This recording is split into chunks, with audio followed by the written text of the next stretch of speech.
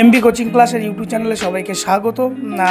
আজকে আমরা হেলথ এডুকেশনের WBSSCর যে সিলেবাস ছিল সেই নিয়ে আমরা বিস্তারিত আমরা পড়ব এবং সবাইকে বলবো ভিডিওটি অবশ্যই শেষ পর্যন্ত দেখার জন্য, কারণ অনেক গুরুত্বপূর্ণ ইনফরমেশান এবং গুরুত্বপূর্ণ ইম্পর্টেন্ট MCQ আসার মতো জায়গা থেকে আমরা সেই বিষয়গুলোকে আজকে তুলে ধরবো আজকের এই ক্লাসে। এবং খুব গুরুত্বপূর্ণ জিনিস যেগুলো হয়তো না পড়লে বা না দেখলে হয়তো পরীক্ষায় সেই সম্ভাব্য যে MCQ আসার একটা প্রবণতা যেখান থেকে থাকবে সেগুলো হয়তো মিস হয়ে যাবে।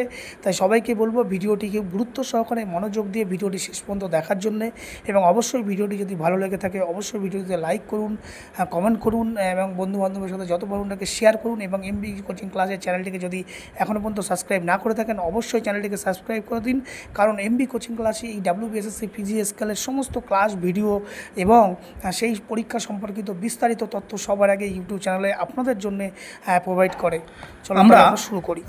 WBSSC SLST 2025-এর যে PG স্কেলে যে সিলেবাস ছিল সেখান থেকে আমরা unit 6 health education fitness and wellness একটা বড় সিলেবাস, সেই বিষয় নিয়ে আমরা বিস্তারিত ক্লাসগুলো আমাদের চলছিল। সেখানে এই যে সিলেবাসটা আছে ইউনিট 6-এর, সেই সিলেবাসটাকে আমরা 3টে পার্টে ভাগ করেছিলাম, ডে 1, ডে 2 এবং ডে 3। এবং সেখানে দেখা গেছে যে আমরা ডে 1 এবং ডে 2-র ক্লাসগুলো ইতিমধ্যেই আমরা শেষ করেছি, এবং আমার কিছু ব্যস্ততার কারণে আমি সেই ক্লাসগুলোকে তোমাদেরকে নিতে পারিনি। আমাদের একজন হেলথ এডুকেশনের ম্যাডাম তোমাদেরকে ক্লাসগুলো নিয়েছে। এখন যদি তোমাদের এই ডে 1, ডে 2 এই বিষয় থেকে কোনো প্রকার সমস্যা থাকে নিশ্চয়ই তোমরা সেগুলো আমাকে বলবে, আমি তোমাদের সমস্যাগুলো সমাধান করব।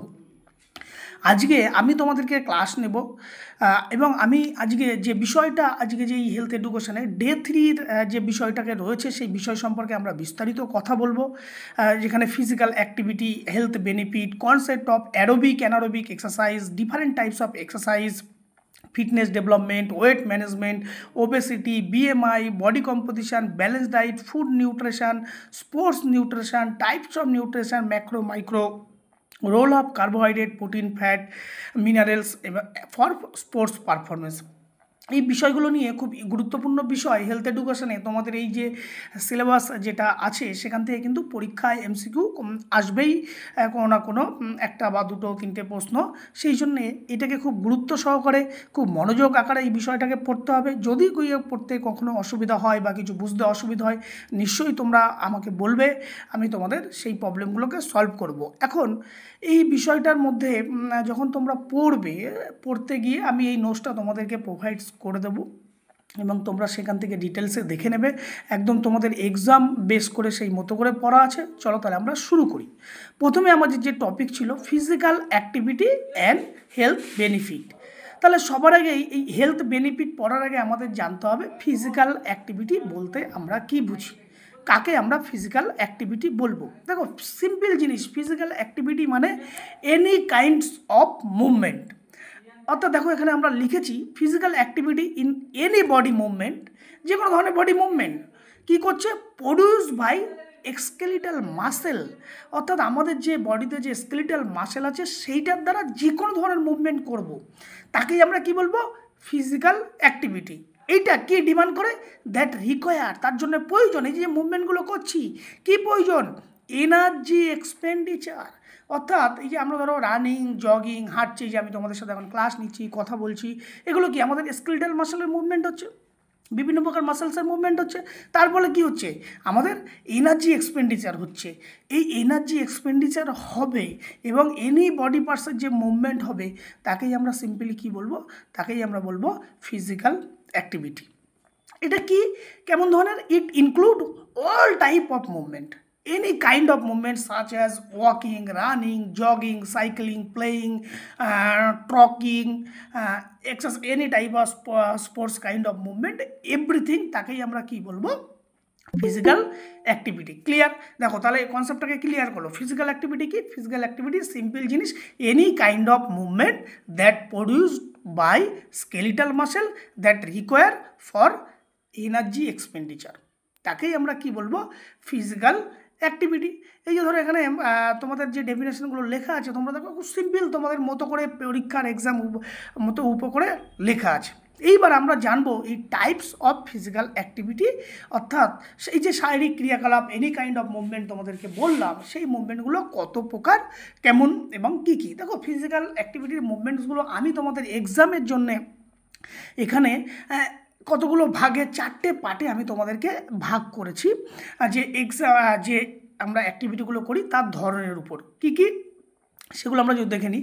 প্রথমে দেখো অ্যারোবিক ক্যাপাসিটি, অর্থাৎ অ্যারোবিক ক্রিয়াকলাপ আমরা বলবো ডিটেলসে। 2 নম্বর হচ্ছে মাসেল স্ট্রেন্থিং অ্যাক্টিভিটি, অর্থাৎ পেশি শক্তি বৃদ্ধিকারী ব্যায়াম। আরেকটা যেটা ভাগ করেছি ফ্লেক্সিবিলিটি অ্যাক্টিভিটি, অর্থাৎ ফ্লেক্সিবিলিটি নমনীয়তা বৃদ্ধিকারী ব্যায়াম। এবং যে ভাগটা করেছি লাস্ট ভাগ সেটা হচ্ছে ব্যালেন্স অ্যাক্টিভিটি, অর্থাৎ ভারসাম্য রক্ষাকারী ব্যায়াম। এই মূলত 4টে ভাগে আমরা এক্সারসাইজকে ভাগ করতে পারি, বা যেটা ভাগ মূলত করা হয়েছে যেটা তোমাদের এক্সামের যাতে তোমাদের মধ্যে কোনো প্রকার সমস্যা না হয়। এখন এই যে ছকটা আমি তোমাদের সামনে রেখেছি, বা যে ছকটা তোমরা এখানে স্ক্রিনে দেখতে পাচ্ছ, একদম তোমাদের উপযুক্ত করে রাখা আছে। এই ছকের ভিতর একদম বিস্তারিত দেওয়া আছে যে এই অ্যাক্টিভিটি তার ডেফিনেশন কী, তার এক্সাম্পল কী, তার বেনিফিট কী ইত্যাদি বিষয়গুলো। প্রথমে যদি আমরা 1 নম্বরটাকে নিয়ে একটু আলোচনা করি, অ্যারোবিক ক্যাপাসিটি বলতে আমরা কি বুঝি। দেখো অ্যারোবিক কথার অর্থ হচ্ছে simple with oxygen. Any kind of movement physical activity করব, সেই মুভমেন্টে কি করব, আমাদের উইথ অক্সিজেন, অর্থাৎ অক্সিজেনের সাপেক্ষে আমরা যখন কোনো মুভমেন্ট করব তখন আমরা তাকে কি বলবো, অ্যারোবিক অ্যাক্টিভিটি। এখানে দেখো কতগুলো কথা লেখা আছে। Aerobic activity increase your heart rate. এই যে ধরো আমরা ফিজিক্যাল অ্যাক্টিভিটি মুভমেন্ট কি, any kind of skeletal muscle move করছে, তার মানে কি হচ্ছে আমাদের হার্ট রেট ইনক্রিজ করছে। আমরা যখন দৌড়াই করে হাঁপাই না, হাঁপাই তো, তাহলে কেন হাঁপাচ্ছি, আমাদের যে প্রয়োজনীয় সাফিসিয়েন্ট অক্সিজেনের ঘাটতি পড়ছে, আমরা বাইরে থেকে প্রচুর পরিমাণে অক্সিজেন নিতে চাইছি, মানে কেন কি আমাদের হার্ট রেটটা ইনক্রিজ হচ্ছে। আমাদের নর্মাল রেস্টিং হার্ট রেট কত 120/80, সেখান থেকে হার্ট রেট যখন আমরা এক্সারসাইজ করি হার্ট রেটটা কী হয়, বৃদ্ধি পায়। সে সাথে কী করে, and breathing for a sustain period. Breathing for a sustain period মানে এই যে ধরো আমি লং সময় ধরে কিছু সময় ধরে জোরে দৌড়ানোর পর আমরা যে শ্বাস প্রশ্বাসটা নিচ্ছি, কারণ এক্সারসাইজে বলে আমাদের অক্সিজেন ডেফিসিয়েন্সি হচ্ছিলো, তার ফলে সেটাকে পূর্ণ করতে চাইছি। অ্যান্ড ইমপ্রুভ, এর ফলে কী হয়, আমাদের যে কার্ডিওভাস্কুলার যে ফিটনেস, কার্ডিওভাস্কুলার যে এফিসিয়েন্সি, সেটা কী হয়, ডেভেলপ করে। তাহলে সিম্পল দেখো, যদি অ্যারোবিক নিয়ে আমরা পরে কথা বলবো, তাহলে সিম্পল আমরা অ্যারোবিক নিয়ে কী বললাম, অ্যারোবিক হচ্ছে উইথ অক্সিজেনের সাপেক্ষে, প্রয়োজনীয় অক্সিজেনের সাপেক্ষে আমরা যে ধরনের মুভমেন্টগুলো করব যাতে আমাদের হার্ট রেট ইনক্রিজ হবে এবং আমাদের কী হবে, ব্রিদিং, যে আমাদের শ্বাস প্রশ্বাস নেওয়া তার প্রবণতা বৃদ্ধি পাবে, তখন আমরা তাকে কি বলবো, অ্যারোবিক অ্যাক্টিভিটি। এক্সাম্পল কি, walking, running, jogging, cycling, dancing, aerobic type of any kind of movement যেগুলো আমরা নর্মালি করছি, দীর্ঘ সময় ধরে করছি, উইথ অক্সিজেনের সাপেক্ষে করছি, তাকেই আমরা অ্যারোবিক অ্যাক্টিভিটি বলবো। এর বেনিফিট কী আছে দেখো, বেনিফিট খুব সিম্পল, কতগুলো বেনিফিট লেখা আছে। ফার্স্ট বেনিফিট কী আছে, strength the heart and lung. আমাদের শরীরে যে হৃৎপিণ্ড এবং যে ফুসফুস আছে তাকে শক্তিশালী করে, কারণ আমরা যদি মুভমেন্ট করি তাহলে ওগুলোকে কী হবে, ওর কার্যকারিতা বৃদ্ধি পাবে। আর কী হবে, ইমপ্রুভ দ্য ব্লাড সার্কুলেশন, অর্থাৎ আমরা সবাই যেন আমাদের শরীরের মধ্যে ব্লাড সার্কুলেশন হয়, এবং যখন আমরা এই ওয়াকিং, রানিং, জগিং বিভিন্ন টাইপ অফ যে আমরা অ্যাক্টিভিটি মুভমেন্ট করব, যার ফলে আমাদের মধ্যে কী হবে, আমাদের মধ্যে ব্লাড সার্কুলেশন লেভেলটা বৃদ্ধি পাবে। আমাদের শরীরে যে রক্ত সঞ্চালন ঘটে, আমরা যদি নর্মাল অবস্থায় যে অবস্থায় আছি, সেই ব্লাড প্রেশার যখন আমরা মেজার করি, সেই ব্লাড প্রেশারটা যখন আমি ওয়াকিং করি, তখন আমার কি ব্লাড প্রেশারটা বাড়ে, সিম্পল। 3 নম্বর পয়েন্ট যেটা আমি আর একটা বেনিফিট তোমাদের বোঝার ক্ষেত্রে রেখেছি, সেটা কি করে, হেল্পস ইন ওয়েট কন্ট্রোল। অর্থাৎ দেখো আমরা এখন সকালবেলায় যদি তোমরা দেখো মর্নিং ওয়ার্কে, সেখানে দেখবে অনেক বয়স্ক লোক তারা কিন্তু এই সকালবেলা মর্নিং ওয়ার্ক করতে যাচ্ছে। কেন, কারণ তারা কিন্তু স্বাস্থ্য সম্পর্কে ভীষণ সচেতন। তারা যাচ্ছে শুধুমাত্র তাদের যে হেলথ বেনিফিট, অর্থাৎ তাদের যে বডি ওয়েট, সেই বডি ওয়েটটাকে মেনটেন করতে, বা বডি ওয়েট যাতে আর না বাড়ে সেটাকে কন্ট্রোল করার জন্য কিন্তু তারা কন্টিনিউস দেখবে জোরে জোরে পায়ে হাঁটছে, বিভিন্ন মানুষ আমরা সকাল হলেই কিন্তু দেখতে পারি। এই হলো মূলত অ্যারোবিক অ্যাক্টিভিটি বা অ্যারোবিক কার্যকলাপের কতগুলো বেনিফিট। আমরা যদিও তোমাদের সিলেবাস আছে অ্যারোবিক অ্যানারোবিক নিয়ে, সেখানে আমরা বিস্তারিত বলবো।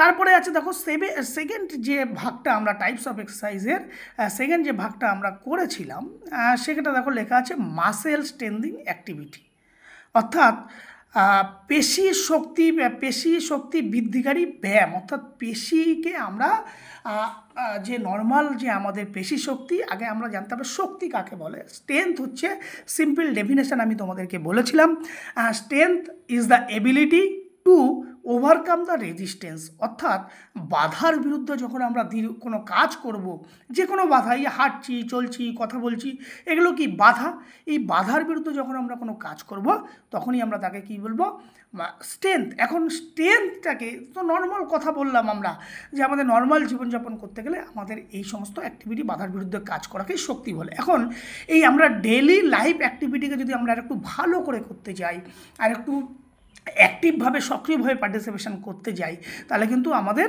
বিভিন্ন রকম এই স্ট্রেংথ অ্যাক্টিভিটি করা দরকার। সেগুলো কেমন, ধরো পুশ আপ, ওয়েট লিফটিং, হ্যাঁ, সাইকেলিং, গার্ডেন ক্লিনিং ইত্যাদি বিষয়গুলো কি হচ্ছে, আমাদের এগুলো যখন করছি মাসেলসের পেশি শক্তি বৃদ্ধি পাচ্ছে। তাহলে এই পেশি শক্তি কিন্তু আমাদের এই অ্যারোবিক এক্সারসাইজের মধ্যে কিন্তু ভীষণভাবে গুরুত্বপূর্ণ, এবং যেটা করলে কিন্তু আমাদের পেশির শক্তি এবং পেশির কিন্তু সহনশীলতা বৃদ্ধি পায়। এর বেনিফিট কী আছে, এর বেনিফিট হচ্ছে বিল্ড মাসেল মাস। এই যে আমাদের যে muscle mass and muscle size, সেটা কিন্তু এই মাসেল স্ট্রেংথ বা এই স্ট্রেংথ ট্রেনিং করলে কিন্তু সেই পেশির বৃদ্ধি পায়, পেশির আকার এবং তার যে মাস, তা সেই পরিধি, অর্থাৎ সেগুলো কিন্তু বৃদ্ধি পায়। আর কি হয়, ইমপ্রুভ আমাদের বডি পশ্চার। দেখো, আমাদের কোনো বডি পশ্চারকে যদি আমরা কন্ট্রোল করতে চাই, বডি পশ্চারকে যদি আমরা মেনটেন করতে চাই, তাহলে কিন্তু অবশ্যই আমাদের সেই মাসেলসের স্ট্রেংথ থাকা দরকার। যদি আমাদের মাসেলের ঠিকমতো স্ট্রেংথ না থাকে, তাহলে কিন্তু আমরা নির্দিষ্ট একটা স্ট্যাটিক পর্যায়ে কিন্তু আমরা দীর্ঘক্ষণ দাঁড়িয়ে থাকতে পারি না। তাহলে এই মাসেল স্ট্রেংথ আমাদের বডি পশ্চারকে, যাতে আমাদের কোনো পশ্চারাল ডিফরমিটিস না এসে যায়, পশ্চারের মধ্যে কোনো রকম না হয়, তার জন্য কিন্তু মাসেল স্ট্রেংথ থাকা ভীষণভাবে জরুরি। আর একটা কী আছে, সাপোর্ট বোন হেলথ, অর্থাৎ আমাদের যে এই যে হাড় আছে, সেই বোনের কী হয়, বোনটাকে শক্তিশালী এবং মজবুত করার জন্য কিন্তু স্ট্রেংথ ট্রেনিং ভীষণভাবে কিন্তু জরুরি। তাহলে দেখো, এরপরে যেটা আছে আমাদের ফ্লেক্সিবিলিটি অ্যাক্টিভিটি, অর্থাৎ নমনীয়তা বৃদ্ধিকারী। আমরা এর আগে ফ্লেক্সিবিলিটি নিয়ে অনেক কথা বলেছিলাম, যে ফ্লেক্সিবিলিটিকে রেঞ্জ অফ মোশন, অর্থাৎ আমাদের এই যে হাতের যে জয়েন্টগুলো আছে, তার কতটা সে জয়েন্টটা ফ্লেক্সিবল নেচার হতে পারছে, কতটা মুভমেন্ট করতে পারছে, সেটাই হচ্ছে ফ্লেক্সিবিলিটি। এখানে কি বলেছে দেখো, actives that stress muscle to improve there range of motion in joint, অর্থাৎ এই যে জয়েন্টের যে মুভমেন্ট, কতটা মুভ করতে পারছে, সেগুলো কীভাবে আমরা করবো, ধরুন বিভিন্ন প্রকার যোগী এক্সারসাইজ করি, বিভিন্ন প্রকার স্ট্রেচিং করি, হ্যাঁ, পিলিটিস করি, সেগুলো একটা স্ট্রেচিং টাইপের এক্সারসাইজ, সাইড বেন্ডিং করি, এগুলো কী আছে, এর ফলে আমাদের এই ফ্লেক্সিবিলিটি, জয়েন্টের যে ফ্লেক্সিবিলিটি নেচার, সেটা কিন্তু বৃদ্ধি পাবে। এখন এই বেনিফিট যদি আমরা দেখি, সেটা কি দেখব, ইমপ্রুভ বডি ফ্লেক্সিবিলিটি, অর্থাৎ বডিকে নমনীয়তা করতে সাহায্য করে। ইয়েস, যদি বডির মধ্যে ফ্লেক্সিবল না হয়, তাহলে কি একটা রিজিড বডি, তাহলে কি যে কোনো টাইপ মুভমেন্ট করতে পারবে, কখনোই করতে পারবে না। তাহলে বডি ফ্লেক্সিবিলিটি করে। আর কি করবে, রিডিউস মাসেল সিফনেস। মাসেল সিফনেস মানে একদম দেখো স্টিক কাঠির মতো একটা যদি বডি হয়, আর একটা যদি অনেকের আছে দেখে অনেক সুন্দর যোগা বা স্ট্রেচিং এক্সারসাইজগুলো করতে পারে, তাহলে কেন করতে পারছে, তার মধ্যে ফ্লেক্সিবিলিটি বেশি বলেই সে কিন্তু করতে পারছে। আর কি আছে দেখো, লাস্টের যে পয়েন্টটা তোমাদের কাছে লিখেছি, সেটা খুবই গুরুত্বপূর্ণ, সেটা হচ্ছে প্রিভেন্ট ইনজুরি, অর্থাৎ চোট প্রতিরোধ করতে সাহায্য করে। কেন চোট প্রতিরোধ, যদি তোমার রিজিড বডি হয়, সেখানে কিন্তু রিজিড বডি হলে সরাসরি ধাক্কা খেলে যেখানে কি হয়, একটা প্রেশার বেশি ক্রিয়েট হবে। এখন মাসেল যদি ঠিকমতো ফ্লেক্সিবল হয়, তাহলে কী হবে, সেখান থেকে সুন্দরভাবে রিবাউন্ড হয়ে যাবে। আর যদি রিজিড থাকে, তাহলে কি যে কোনো টাইমে তোমার চোট আঘাত লাগার একটা প্রবণতা থাকবে। তাহলে এই হলো মূলত ফ্লেক্সিবিলিটি এক্সারসাইজের বেনিফিট। এরপর যেটা আছে আমাদের দেখো 4 নম্বর, যেটা ব্যালেন্স অ্যাক্টিভিটি, অর্থাৎ ব্যালেন্স মানে কি, বডিকে একটা নির্দিষ্ট কন্ডিশনে মেনটেন করা, অর্থাৎ সেন্টার অফ গ্র্যাভিটি সিজিকে সঠিক পর্যায়ে মেনটেন করা, যার ফলে আমাদের দেহের একটা সঠিক ভারসাম্য বজায় রাখা, যাতে আমরা এদিক ওদিক কোথাও পড়ে না যাই, তাকেই আমরা কি বলবো, ব্যালেন্স। মূলত এই ব্যালেন্স অ্যাক্টিভিটি ওল্ড এজ পার্সনদের ক্ষেত্রে ভীষণভাবে জরুরি। এই ওল্ড এজ পার্সনদের কিন্তু এই অ্যাক্টিভিটি করাটা ভীষণ জরুরি। কী ধরনের তারা অ্যাক্টিভিটি করবে, যেমন তাইচি একটা স্ট্রেচিং এক্সারসাইজ, আর একটা আছে কি হিল টো ওয়াকিং। আমরা দেখি ছাত্রছাত্রীদের মাঝে মধ্যে বিপিডে করাই, সেগুলো কি, যে আমরা কোনো সময় হিলের উপর দিয়ে হাঁটবে, কোনো সময় গোড়ালির উপর দিয়ে, টোয়ের উপর দিয়ে হাঁটবে, এর ফলে কী হবে, তার মধ্যে একটা স্ট্রেচিং ব্যালেন্সিং এবিলিটি ডেভেলপ হবে। আর কী হবে, স্ট্যান্ডিং অন লেগ, কখনো কখনো এক পায়ের উপর দাঁড়িয়ে থাকতে হয়, এটা নিয়ে কিন্তু একটা ব্যালেন্স এবিলিটির টেস্ট আছে, স্টক স্ট্যান্ড টেস্ট, তোমরা নিশ্চয়ই পড়েছো টেস্ট মেজারমেন্টে। এর ফলে কী হবে, ইউজিং হোল সরি এর ফলে কী হবে ইউজিং ওয়েবেল ব্যান্ড মানে একটা ব্যালেন্সিং ব্যান্ড বা ব্যালেন্সিং বিম, তার উপর দিয়ে ওয়াকিং করবো, যার ফলে ব্যালেন্স এবিলিটি ডেভেলপ হবে। এবং এর বেনিফিটগুলো কী হবে, এনহান্স করবে বডি কন্ট্রোল। দেখো যত যার ব্যালেন্স ভালো তার বডি কন্ট্রোল ডেভেলপ হবে। হ্যাঁ, আর কি হবে, সেই সাথে সাথে তাদের পড়ে যাওয়ার যে প্রবণতা, ফল ডাউন হয়ে যাওয়ার প্রবণতা, সেটা কিন্তু রক্ষা পাবে। এখন আমরা এই যে ছকটা যদি দেখি যে হেলথ বেনিফিট কী কী আছে, দেখো ফার্স্ট যে বেনিফিটগুলো আছে ফিজিক্যাল হেলথ, অর্থাৎ শারীরিক স্বাস্থ্য আমাদেরকে ডেভেলপ করবে। এখানে শারীরিক স্বাস্থ্য বলতে কী হয়, যখনই আমরা ফিজিক্যাল অ্যাক্টিভিটিগুলো করবো ডে বাই ডে কী হবে, রিডিউস রিস্ক অফ ওবেসিটি, আমাদের যে ওবেসিটি হওয়ার প্রবণতা সেটা কিন্তু কমে যাবে, ডায়াবেটিস কমে যাবে, হার্ট ডিজিজ থেকে রক্ষা করবে এবং মাসেলসের স্ট্রেংথ কিন্তু ডেভেলপ হবে। 2 নম্বর হচ্ছে মানসিক স্বাস্থ্য, মেন্টাল হেলথ ভালো হবে। ইয়েস, ফিজিক্যাল অ্যাক্টিভিটি করলে কী হয়, আমাদের মেন্টাল হেলথের মধ্যে করবে রিডিউস স্ট্রেস, অ্যাংজাইটি, ডিপ্রেশান, এবং এগুলো কিন্তু আমাদেরকে কন্ট্রোল হবে এবং আমাদের কিন্তু ইমপ্রুভ করবে স্লিপ অ্যান্ড মুড। এই এক্সারসাইজ করলে কিন্তু আমাদের ভালো ঘুম হয়। কেন ঘুম হয়, ধরো আমরা নিয়মিত যদি continuous heavy type of exercise করি, তাহলে কী হয়, মাসেলসের মধ্যে ক্লান্তি আসে, ফ্যাটিক আসে, অবসাদ আসে, তখন আমরা কি হয়, আমাদের একটু ঘুম পাই। তাহলে এই স্লিপনেস কিন্তু আসার বা মুড আসার এই অ্যাক্টিভিটি করলে কিন্তু আমাদের মধ্যে এই ধরনের মেন্টাল হেলথগুলো কিন্তু ভালো থাকে। মানসিক স্বাস্থ্য বা মানসিক যে মেন্টাল স্ট্রেস, সেই চাপ কমাতেও কিন্তু ভীষণভাবে সাহায্য করে। যদিও স্ট্রেস সম্পর্কে আমরা সাইকোলজি পার্টে তখন ডিটেলসে বলবো, স্ট্রেস কি, ডে বাই ডে কীভাবে স্ট্রেসটাকে বেড়ে যাচ্ছে, সেখান থেকে স্ট্রেসটাকে কন্ট্রোল করার উপায় আমরা সেগুলোকে পরবর্তী সাইকোলজি যখন ক্লাস হবে তখন আমরা বিস্তারিত বলবো। এখন শুধু জেনে নাও যে হ্যাঁ, ফিজিক্যাল হেলথ করলে আমাদের মেন্টাল হেলথের মধ্যে এই কন্ডিশনগুলো ডেভেলপ হয়। সোশ্যাল বেনিফিট, সামাজিক উপকারিতা কী কী আছে, সামাজিক উপকারিতা আছে হচ্ছে এই যে আমরা হেলথ বেনিফিট আমরা যেটা করবো, আমরা কি হয়, একটা ফিজিক্যাল অ্যাক্টিভিটি করবো, কি হয়, একে অপরের সাথে একটা কমিউনিকেশন হয়, তার মানে একটা টিম ওয়ার্ক একটা তৈরি হয়, যার ফলে কী হয়, একটা কোঅপারেশন তৈরি হয়, সবার সাথে সবার পরিচয় হয়, অর্থাৎ সোশ্যাল ইন্টারাকশান হয়। আর কি হচ্ছে, রিডিউস লনলিনেস, মানে আমরা যে একাকিত্ব থাকার যে প্রবণতা, সেই একাকিত্ব থাকার প্রবণতা কিন্তু দূর হয়। তাহলে দেখো সোশ্যাল বেনিফিটের মধ্যে কোন পার্টগুলো আসছে, সেখান থেকে কিন্তু এমসিকিউ আসতে পারে, সেই জন্য তোমরা কিন্তু ভালো করে এই বিষয়গুলোকে একদম মনে রাখবে, তোমাদের উপযুক্ত করে নোট বানানো হয়েছে। এরপর আসে ইমোশনাল হেলথ। হ্যাঁ, ইমোশনাল হেলথ কিন্তু ভীষণভাবে জরুরি, কারণ আমরা কোনো ঘটনার পরই সরাসরি কিন্তু আমরা আবেগপ্রবণ হয়ে যাই, কিন্তু এই ইমোশনাল হলে কিন্তু আমাদের কোনো কাজ সঠিকভাবে হবে না। এখন এই ফিজিক্যাল অ্যাক্টিভিটি যদি আমরা করি, সেখানে কিন্তু ভ্যারাইটিস অফ ইমোশনাল হেলথ আমাদের ডেভেলপ হয়, আমাদের মধ্যে সেলফ কনফিডেন্স বৃদ্ধি পায়, ইত্যাদি বিষয়গুলো কিন্তু হয়ে থাকে, তোমরা এগুলো পড়ে নেবে। এইবার যেটা গুরুত্বপূর্ণ, যেটা হচ্ছে how much physical activity recommended, এই যে শারীরিক ক্রিয়াকলাপ আমরা করব, একজন ব্যক্তি কতক্ষণ ধরে অ্যাক্টিভিটি করবে, তার কিন্তু পরীক্ষায় মাঝে মধ্যে এটা আসে। এই যে তথ্যগুলো তোমাদের এখানে দেওয়া আছে, সেগুলো কিন্তু একদম WHO এর থেকে এই সমস্ত তথ্যগুলো, ইনফরমেশনগুলো নেওয়া আছে, এগুলো কিন্তু ভীষণ গুরুত্বপূর্ণ। সেখানে কী বলেছে, যে একজন অ্যাডাল্ট, একজন প্রাপ্তবয়স্কর ক্ষেত্রে 150 minute moderate intensity activity per week, অর্থাৎ মডারেট ইন্টেন্সিটি লেভেল মেনটেন করে প্রতি সপ্তাহে, অর্থাৎ 7 দিনে তোমাকে 150 মিনিট কিন্তু এক্সারসাইজ করতে হবে। এখানেও কিন্তু কতগুলো কন্ডিশান এই এক্সারসাইজ করার ক্ষেত্রে বলেছে। সেখানে কি বলেছে, তার মধ্যে মিনিমাম 2 দিন কী করতে হবে, স্ট্রেংথ ট্রেনিং, অর্থাৎ মাসেলসের শক্তি বৃদ্ধিকারী ব্যায়াম করতে হবে। এখন এই 150 মিনিট যেটা তুমি করবে, 150 মিনিটটা কি একদিনে করে ফেলবে না, সেক্ষেত্রেও এই WHO কিন্তু একটা কথা বলেছে যে এই 150 মিনিট কিন্তু যখন তুমি করবে, একদিনে করা যাবে না বা 2 দিনে করা যাবে না, মিনিমাম সপ্তাহে 5 ডেজ তোমাকে করতে হবে, অর্থাৎ এভরিডে তোমাকে 30 মিনিট অ্যাক্টিভিটি তুমি করতে পারবে, এবং 30 মিনিট অ্যাক্টিভিটি মিনিমাম তোমাকে করতেই হবে, উইকলি 5 ডেজ তোমাকে করতে হবে। কী ধরনের অ্যাক্টিভিটি করতে হবে, মডারেট ইন্টেন্সিটি মানে একদম ঠিক তুমি কি করে তোমার ইন্টেন্সিটি মেজার করবে। দেখো, ইন্টেন্সিটি মেজার করার সবথেকে ইজি ফর্মুলা আছে, যখন স্পোর্টস ট্রেনিং পড়ানো হবে তখন নিশ্চয়ই আমরা বলবো যে ভলিউম এবং এই ইন্টেন্সিটি এই সম্পর্কে। তবু আমি এখন ফর্মুলাটা তোমাদেরকে বলে দিই, একটা সিম্পল ফর্মুলা এই ইন্টেন্সিটি বের করার ফর্মুলা হচ্ছে যে আমাদের ম্যাক্সিমাম হার্ট রেট কত, ম্যাক্সিমাম কোনো ব্যক্তির হার্ট রেট হার্টের উঠতে পারে 220 অর্থাৎ 220। অর্থাৎ এই 220 থেকে তোমার যা পার্টিকুলার এজ, সেই এজটাকে যদি তুমি বাদ দাও তাহলে তোমার যে অ্যামাউন্টটা আসবে সেই বিটস পার মিনিট কিন্তু তোমার হার্ট রেট ম্যাক্সিমাম উঠতে পারে, তার বেশি উঠলে কিন্তু তুমি মারা যাবে।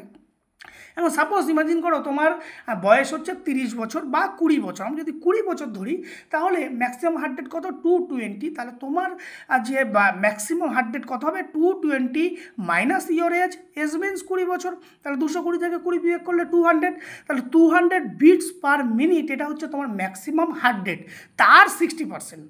তাহলে ম্যাক্সিমাম হচ্ছে 200, তার 60% হচ্ছে তোমার মডারেট, 50 to 60% হচ্ছে মডারেট ইন্টেন্সিটি অ্যাক্টিভিটি। এই ধরনের এইভাবে মেনটেন করে কিন্তু তোমাকে অ্যাক্টিভিটিটাকে করতে হবে।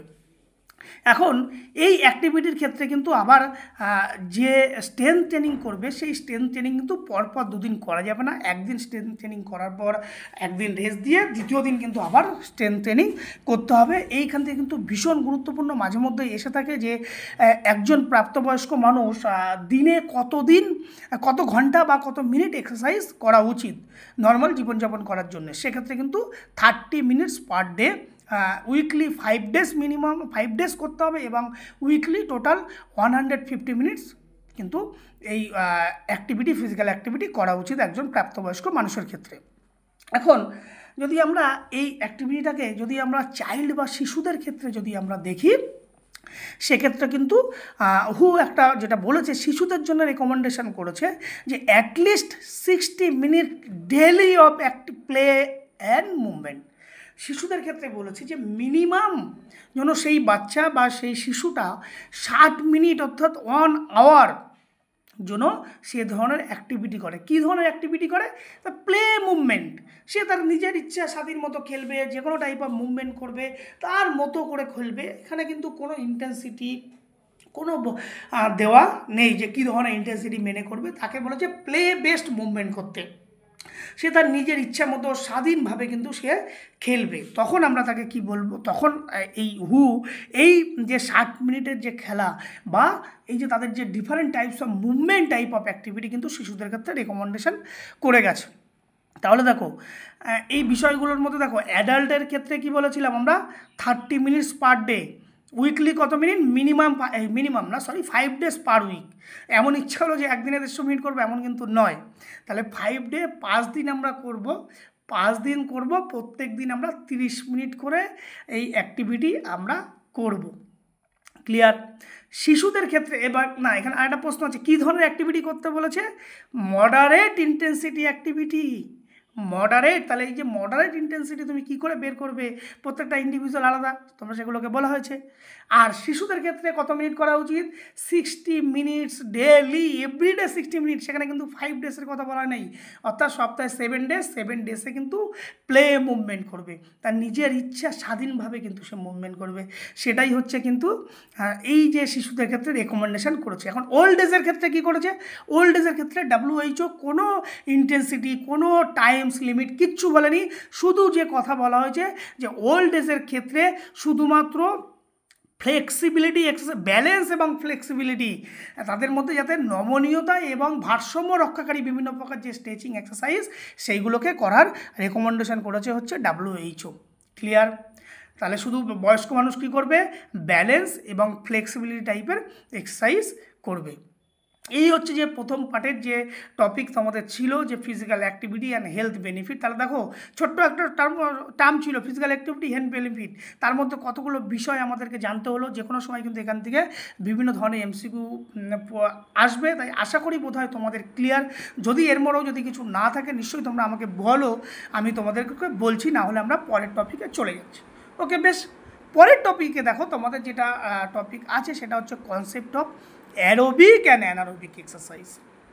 তাহলে প্রথমে যদি আমরা দেখি অ্যারোবিক এক্সারসাইজ এবং কাকে বলবো? অ্যারোবিক মিন্স উইথ অক্সিজেন, অর্থাৎ অক্সিজেনের সাপেক্ষে আমরা কোনো কাজ যখন করব, অক্সিজেন নিয়ে যখন কোনো কাজ করব, আমাদের প্রয়োজনীয় যে চাহিদা মেটাতে অক্সিজেন সঠিকভাবে সাপ্লাই দিচ্ছে, তখনই আমরা তাকে বলবো অ্যারোবিক এক্সারসাইজ। এখানে দেখো আমরা যদি একটুখানি দেখে নিই যে কি বলেছে। Aerobic exercise is any physical activity. What is physical activity? Any kind of movement that produce your skeletal muscle. যেটা কী করছে, রিকোয়ার এনার্জি এক্সপেন্ডিচার। তাহলে এই যে এনার্জি এক্সপেন্ডিচার হচ্ছে, সেখানে কী হচ্ছে, অক্সিজেন সাপ্লাই হচ্ছে। কারণ অক্সিজেনের ঘাটতি ছাড়া আমরা তো কোনো কিছু কাজ করতে পারি না, হাঁপিয়ে যাই। তাহলে এই অক্সিজেন আমার যা ডিমান্ড সেই অ্যাক্টিভিটি করার জন্যে, সেই অক্সিজেনটা প্রয়োজনের মতো যখন সাপ্লাই দেবে, সেই সাপ্লাই দিচ্ছে, তখনই আমরা তাকে কী বলবো, অ্যারোবিক অ্যাক্টিভিটি। কিন্তু এখানে আরও কতগুলো কথা মাথায় রাখতে হবে। এই অ্যাক্টিভিটি দ্যাট ইউজ, এই অ্যারোবিক অ্যাক্টিভিটি ইউজ করবে কি লার্জ মাসেল গ্রুপ, সেখানে ম্যাক্সিমাম একের অধিক মাসেল গ্রুপ সেখানে ইনভলভ থাকবে এবং can be maintain continuously. Continuously মানে কি, অ্যারোবিক্স মানে কি দীর্ঘক্ষণ কাজ করবো অক্সিজেনের সাপেক্ষে, অ্যান্ড মেনটেন করবো, অ্যান্ড ইজ রিদিম, একটা রিদিম মেনে আমরা দীর্ঘক্ষণ ধরে কাজ চালিয়ে যাবো, তাকেই আমরা অ্যারোবিক অ্যাক্টিভিটি আমরা বলবো। It require oxygen to produce energy. এই কাজ করার জন্য আমাদের কী দরকার, অক্সিজেন দরকার, যেটা আমাদের এনার্জি প্রডিউস করবে। Clear, simple. এইবার এই অ্যারোবিক এক্সারসাইজ বা অ্যারোবিক কিছু চারিত্রিক বৈশিষ্ট্য আছে, সেগুলো যদি আমরা দেখে নিই, যে characteristics of aerobic exercise. Use of oxygen, aerobics means with অক্সিজেনের সাপেক্ষে আমরা কোনো কাজ করছি, তাহলে এখানে অক্সিজেনকে শক্তি উৎপাদনের জন্য আমরা মূলত ব্যবহার করা হবে। তাহলে কী হবে, অ্যারোবিক এক্সারসাইজ অক্সিজেনের মাধ্যমে হয়।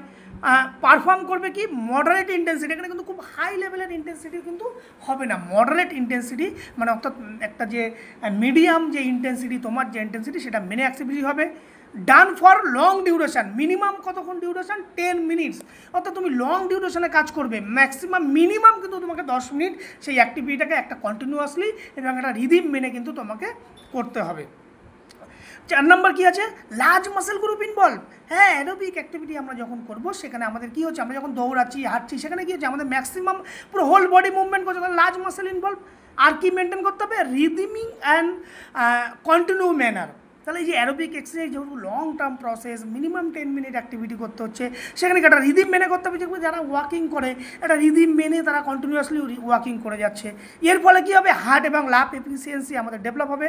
হ্যাঁ, আর কি হবে, আমাদের শরীর থেকে যে প্রাইমারি যে এনার্জি এই অ্যারোবিক এক্সারসাইজ করতে থেকে সেটা কে প্রডিউস করবে, ফ্যাট এবং কার্বোহাইড্রেট। মূলত মাথায় রাখবে অ্যারোবিক এক্সারসাইজের ক্ষেত্রে ফ্যাট প্রধানত হচ্ছে এই এনার্জি সার্ভিস দেয়। এক্সাম্পল কী কী, walking, running, jumping, throwing etcetera. এখন এই অ্যারোবিক এক্সারসাইজ করলে তার বেনিফিট কী কী আছে, কী কী সুবিধা উপকারিতা কী আছে। ইম্পিরিয়র হার্ট অ্যান্ড লাং, আমাদের ফুসফুস এবং হৃৎপিণ্ডের কার্যকারিতা বৃদ্ধি করে, ওয়েট ম্যানেজমেন্ট করতে সাহায্য করে, হ্যাঁ, বিভিন্ন প্রকার করোনারি ডিজিজকে রক্ষা করতে সাহায্য করে। এছাড়াও কী করে, আমাদের যে মেন্টাল স্ট্রেস, অ্যাংজাইটি, ডিপ্রেশন সেগুলোকে কন্ট্রোল করে, মাসেল স্ট্রেংথ, স্টেমিনা এবং এন্ডুরেন্স ডেভেলপ হয়, এবং আমাদের যে ব্লাড সার্কুলেশন, সেই ব্লাড সার্কুলেশন কিন্তু আমাদের বৃদ্ধি পায়, এবং পেশি মাসেল যে হাড় এবং বোন তার ঘনত্ব কিন্তু বৃদ্ধি পায়। এটা হচ্ছে মূলত এই অ্যারোবিক এক্সারসাইজ বা এই অ্যারোবিক এর যে এক্সারসাইজের উপকারিতা। এখন এই যে অ্যারোবিক এক্সারসাইজের বিভিন্ন প্রকার ধরন আছে, সেই ধরনগুলো কী কী, লো ইম্প্যাক্ট অ্যারোবিক এক্সারসাইজ। লো ইম্প্যাক্ট মানে কি, এই যে aerobic exercise that kept in on leg on the ground, মানে মিনিমাম এক পা যেন আমাদের গ্রাউন্ডের সাথে টাচ করা থাকে, যেমন আমরা ওয়াকিং বা কোনো লাইট ড্যান্সিং, সেখানে হচ্ছে কি লো ইম্প্যাক্ট অফ ইন্টেন্সিটি, খুব কম ইন্টেন্সিটি নিয়ে দীর্ঘক্ষণ কাজ চালিয়ে যাওয়া। আর আরেকটা কী ছিল, হাই ইম্প্যাক্ট অ্যারোবিক অ্যাক্টিভিটিস বা অ্যারোবিক এক্সারসাইজ, সেখানে কী বলেছে, activity with both foot on the ground. এই যে যখন আমরা দৌড়াচ্ছি, বোথ ফুট টাচ, একবার কী হচ্ছে, প্রত্যেকটা পা টাচ হচ্ছে, আবার আমরা সেই পা মাটি ছেড়ে উঠছে, আবার লাফাচ্ছে। এই যখন আমরা দৌড়াই, লাফাই, হ্যাঁ, সেখানে কি ইন্টেন্সিটির লেভেলটা বাড়ছে। তারপরে আছে 3 নম্বর আছে কি, কন্টিনিউয়াস অ্যারোবিক অ্যাক্টিভিটি। কন্টিনিউয়াস করতে হচ্ছে কি, একটা রিদিম মেনে আমরা দীর্ঘক্ষণ কাজ চালিয়ে যাচ্ছি ফর এ লং ডিউরেশন, যেমন সুইমিং, সাইকেলিং, কন্টিনিউয়াস করে যাচ্ছি, তাকে আমরা কন্টিনিউয়াস অ্যারোবিক অ্যাক্টিভিটি বলবো। আর একটা আছে ইন্টারভাল অ্যাক্টিভিটি। এই যে ইন্টারভাল কথাটার অর্থ হচ্ছে ঠিক ইন্টারভাল। আমরা যখন সিনেমা হলে যখন সিনেমা দেখতে যাই, ঠিক থেকে কিছুটা সময়ের পরে আমরা হঠাৎ করে দেখি একটা ইন্টারভাল, মানে বিরতির সময়, সেই বিরতিটাকে আমরা কী বলবো, ইন্টারভাল। ঠিক বিরতি শেষ হবে, আবার আমরা শুরু করব। এক্ষেত্রে কী হবে, যেই ইন্টারভাল দিচ্ছি মানে কি ইন্টেন্সিটি লেভেলটা একটু আগের থেকে হাই হবে।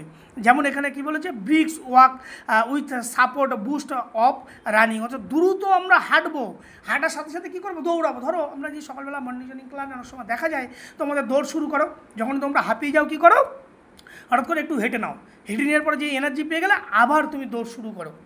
তাহলে কি কন্টিনিউয়াস কাজটা করছো, কন্টিনিউয়াস কাজের মাঝে কী করছে, দৌড়াচ্ছিলে, দৌড়ানোর পরে হঠাৎ করে হাঁটছো, মানে নিজেকে বিশ্রাম দিচ্ছ, দেওয়ার পরে আবার সেই মুভমেন্টটাকে তুমি করছো, মানে একটা মাঝে ইন্টারভাল রিকভারি কোটাকে করে নিয়ে আবার ইন্টেন্সিটিটাকে মেনটেন করে তুমি কন্টিনিউয়াসলি কাজ করছো। এই হচ্ছে মূলত অ্যারোবিক এক্সারসাইজ, তার বিভিন্ন টাইপস, ধরন, বেনিফিট ইত্যাদি। এবার আসবো আমরা অ্যানারোবিক কথার অর্থ। অ্যানারোবিক এক্সারসাইজ, দেখো অ্যানারোবিক মানে তোমাদের মধ্যে একটা কনসেপ্ট যেটা আছে যে উইদাউট অক্সিজেনের সাপেক্ষে কোনো কাজ করাকে আমরা অ্যানারোবিক এক্সারসাইজ বলবো।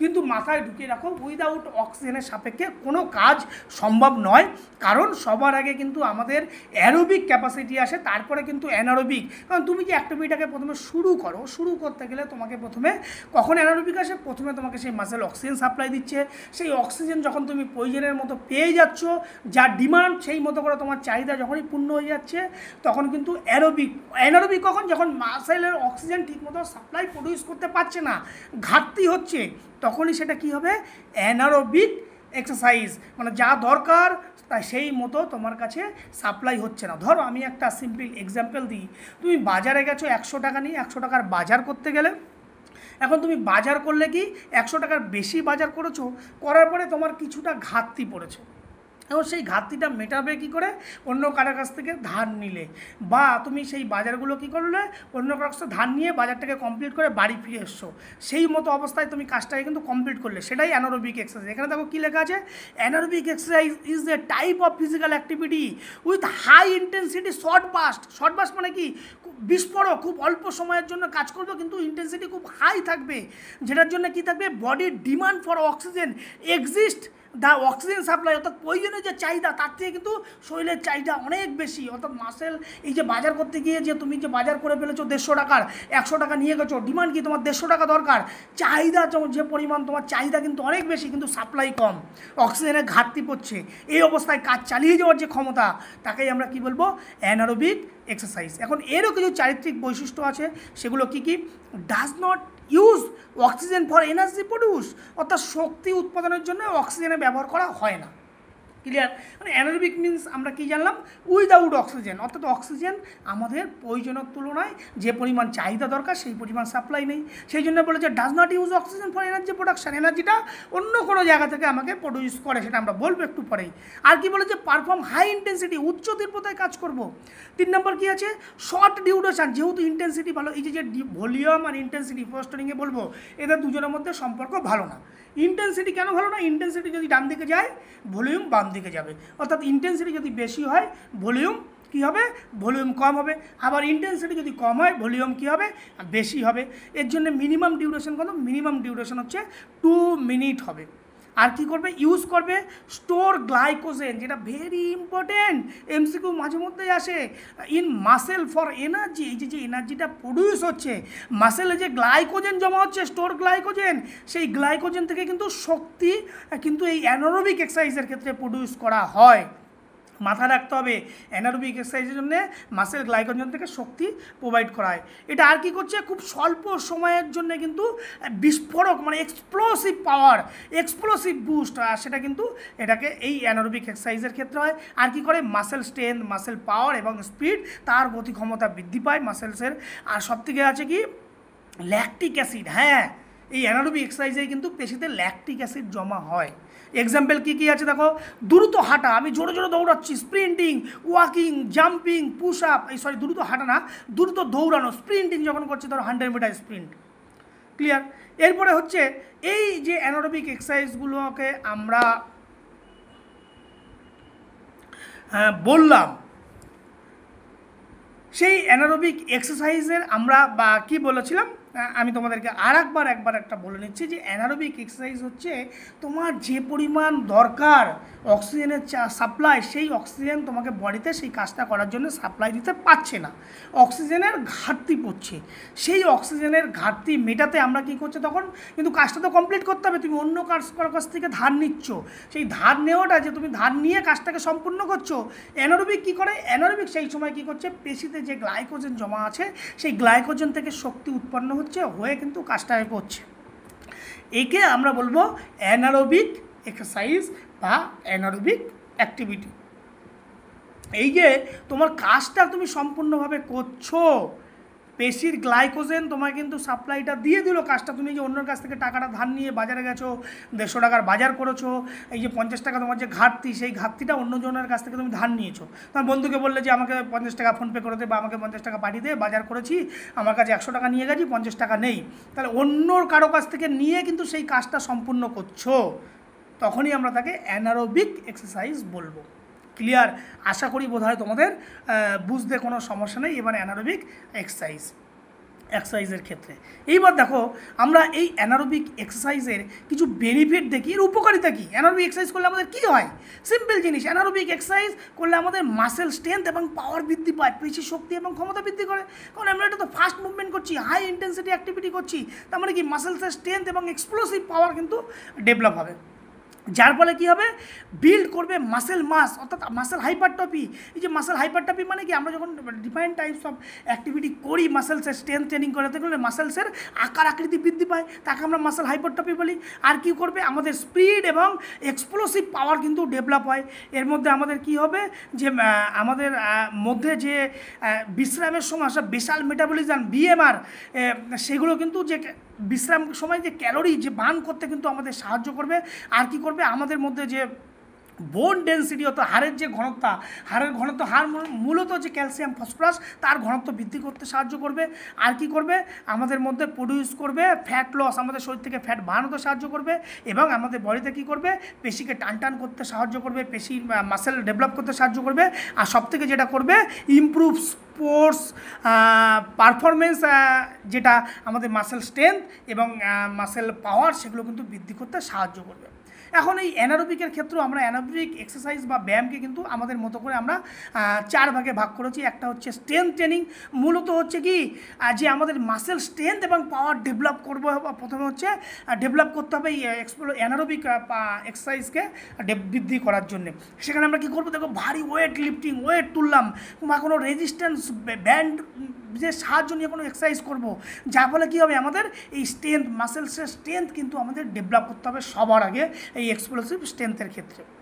স্প্রিন্টিং, দ্রুত হারে দৌড়াতে হবে, হাই ইন্টেন্সিটি মেনে কিন্তু আমাদের দৌড়াতে হবে। যেমন 100 মিটার স্প্রিন্ট, দেখবে যারা 100 মিটার স্প্রিন্ট, তাদের ট্রেনিং যদি কখনো দেখবে যে তাদের 100 মিটারকে বিভিন্ন প্রকার ফেজ, 30 মিটার বা 40 মিটার এরকম ফেজে তাদেরকে ভাগ করে দেওয়া হয়, দিয়ে তাদেরকে দৌড়াতে বলা হয় যে ম্যাক্সিমাম স্পিডে তুমি 30 মিটার দৌড়াও, 40 মিটার দৌড়াও। এইভাবে কিন্তু কন্টিনিউয়াসলি কিন্তু করা হয়। তার ফলে কী হবে? তাদের মধ্যে যে স্ট্রেংথ, স্প্রিন্টিং এবিলিটি কিন্তু ডেভেলপ হবে। তাহলে কিন্তু এটা কিন্তু ভীষণ জরুরি। কিন্তু দেখো, মাসেল যেমন স্ট্রেংথ ট্রেনিং দরকার, সেই হিসাবে কিন্তু এক্সপ্লোসিভ স্ট্রেংথের ক্ষেত্রে আমাদের স্প্রিন্টিং এবিলিটিও দরকার। আর কি আছে? প্লায়োমেট্রিক এক্সারসাইজ। প্লায়োমেট্রিক এক্সারসাইজ মূলত একটা জাম্পিং এক্সারসাইজ, যেটা পায়ের বিস্ফোরক শক্তি বাড়ানোর জন্য করা হয়। মূলত ভলিবল যারা আছে, ভলিবলের স্পাইকিং যারা করে, তাদের ক্ষেত্রে এটা ভীষণভাবে প্রযোজ্য। এর ফলে কী হবে? এক্সেসিভ ইমপ্রুভিং এক্সপ্লোসিভ মুভমেন্ট, অর্থাৎ বিস্ফোরক মুভমেন্ট, সেটা কী হবে? একটা বক্স জাম্প বা কোনো জাম্পিং এক্সারসাইজ বা জাম্প স্কোয়াট বা বিভিন্ন প্রকার বক্সের মাধ্যমে যে জাম্পগুলো করা হয়, তার মাধ্যমে কিন্তু এই এক্সপ্লোসিভ পাওয়ার বা প্লায়োমেট্রিক ট্রেনিং করানো হয়। আর একটা যে দেখো, হাই ইন্টেন্সিটি ইন্টারভাল ট্রেনিং, আগেরটাও কিন্তু অ্যারোবিকের ক্ষেত্রেও ইন্টারভাল ট্রেনিং ছিল। এক্ষেত্রে কী বলেছে? হাই ইন্টেন্সিটি, অর্থাৎ আমি কোনো শর্ট ডিউরেশনে কোনো একটা এক্সারসাইজ করব, সেখানে খুব ম্যাক্সিমাম আমার ইন্টেন্সিটিকে আমি প্রয়োগ করব, তার মধ্যে স্বল্প কিছু রেস্ট নেব, নিয়ে আবার আমি সেই এক্সারসাইজ করব। হাই ইন্টেন্সিটি ইন্টারভাল ট্রেনিং আমরা করব। কেমন? যেমন বার্ফি, মাউন্টেন ক্লাইম্বিং ইত্যাদি এক্সেট্রা। তাহলে এই হলো মূলত আমাদের অ্যারোবিক এবং অ্যানারোবিক এক্সারসাইজ। আমি আশা করি তোমরা বোধহয় বুঝে গেছো। আমরা ছোট্ট এখানে যদি একটা ছক ডিফারেন্স দেখে নিই, যে কম্প্যারিজন অ্যারোবিক অ্যান্ড অ্যানারোবিক এক্সারসাইজের মধ্যে একটা তুলনা, আমি কতগুলো আসপেক্টের উপর ভাগ করে আমি তোমাদেরকে এখানে দিয়েছি, খুবই গুরুত্বপূর্ণ। এক হচ্ছে ফার্স্ট, অক্সিজেন ইউজ কাদের ক্ষেত্রে ইউজ? অ্যারোবিক এক্সারসাইজে অক্সিজেন লাগে, ইউজ না কাদের? Anaerobic exercise does not require oxygen, কারণ এখানে পেশি শক্তি উৎপাদনের জন্য অক্সিজেন ব্যবহার করা হয় না। ক্লিয়ার? তারপরে আছে কি ইন্টেন্সিটি, অ্যারোবিকের ক্ষেত্রে মিডিয়াম, লো টু মিডিয়াম বললে হবে না, লো টু মিডিয়াম ইন্টেন্সিটি এক্ষেত্রে থাকবে, অর্থাৎ কম থেকে মধ্যম। আর অ্যানারোবিকের ক্ষেত্রে কিন্তু মনে রাখতে হবে হাই ইন্টেন্সিটি, উচ্চ তীব্রতা, ডিউরেশান। কী বলেছিলাম? ইন্টেন্সিটি কম, তাহলে দীর্ঘ সময় কি? অ্যানারোবিকের ক্ষেত্রে লং টাইম, মিনিমাম 10 মিনিটস। দীর্ঘ সময়। অ্যানারোবিকের ক্ষেত্রে কি ভেরি শর্ট ডিউরেশন, যেখানে কী বলেছে লেস দ্যান 2 মিনিট, 2 মিনিটের কম। এনার্জি সোর্স, মূল এনার্জি সোর্স কিন্তু অ্যারোবিক এক্সারসাইজের ক্ষেত্রে কার্বোহাইড্রেট, ফ্যাট, মূলত ফ্যাট মাথায় রাখতে হবে এবং কার্বোহাইড্রেট। অ্যানারোবিকের ক্ষেত্রে কি গ্লাইকোজেন, মাসেলে যে গ্লাইকোজেন থাকে। এফেক্ট অফ বডি, শরীরের প্রভাব কী বলেছে, improve cardiovascular fitness. Aerobic activity করলে কার্ডিওভাস্কুলার ফিটনেস ডেভেলপ হবে। আর অ্যানারোবিক কী করলে কী হবে, বিল্ড করবে muscle strength and power. Example কী কী, ওয়াকিং, জগিং, সুইমিং, সাইকেলিং। আর অ্যানারোবিকের ক্ষেত্রে কী হবে, sprinting, weight lifting, high intensity interval training, সেটাকে আমরা হিট বলে লিখেছি। আর ল্যাকটিক অ্যাসিড অ্যারোবিকের ক্ষেত্রে খুব কম পরিমাণে হয়, নেই বললে হয়, তবে লো, যেহেতু শুরু হচ্ছে। আর অ্যানারোবিকের ক্ষেত্রে বেশি। আর বেস্ট ফর উপযুক্ত সুইমিং, বেস্ট ফর হচ্ছে স্ট্যামিনা, মাসেল স্ট্যামিনা, ফ্যাট মাস ইত্যাদি। আর এক্ষেত্রে হচ্ছে স্ট্রেংথ, পাওয়ার অ্যান্ড স্পিড ব্যবহার করার জন্য, বৃদ্ধি করার জন্য অ্যানারোবিক এক্সারসাইজ করা হয়।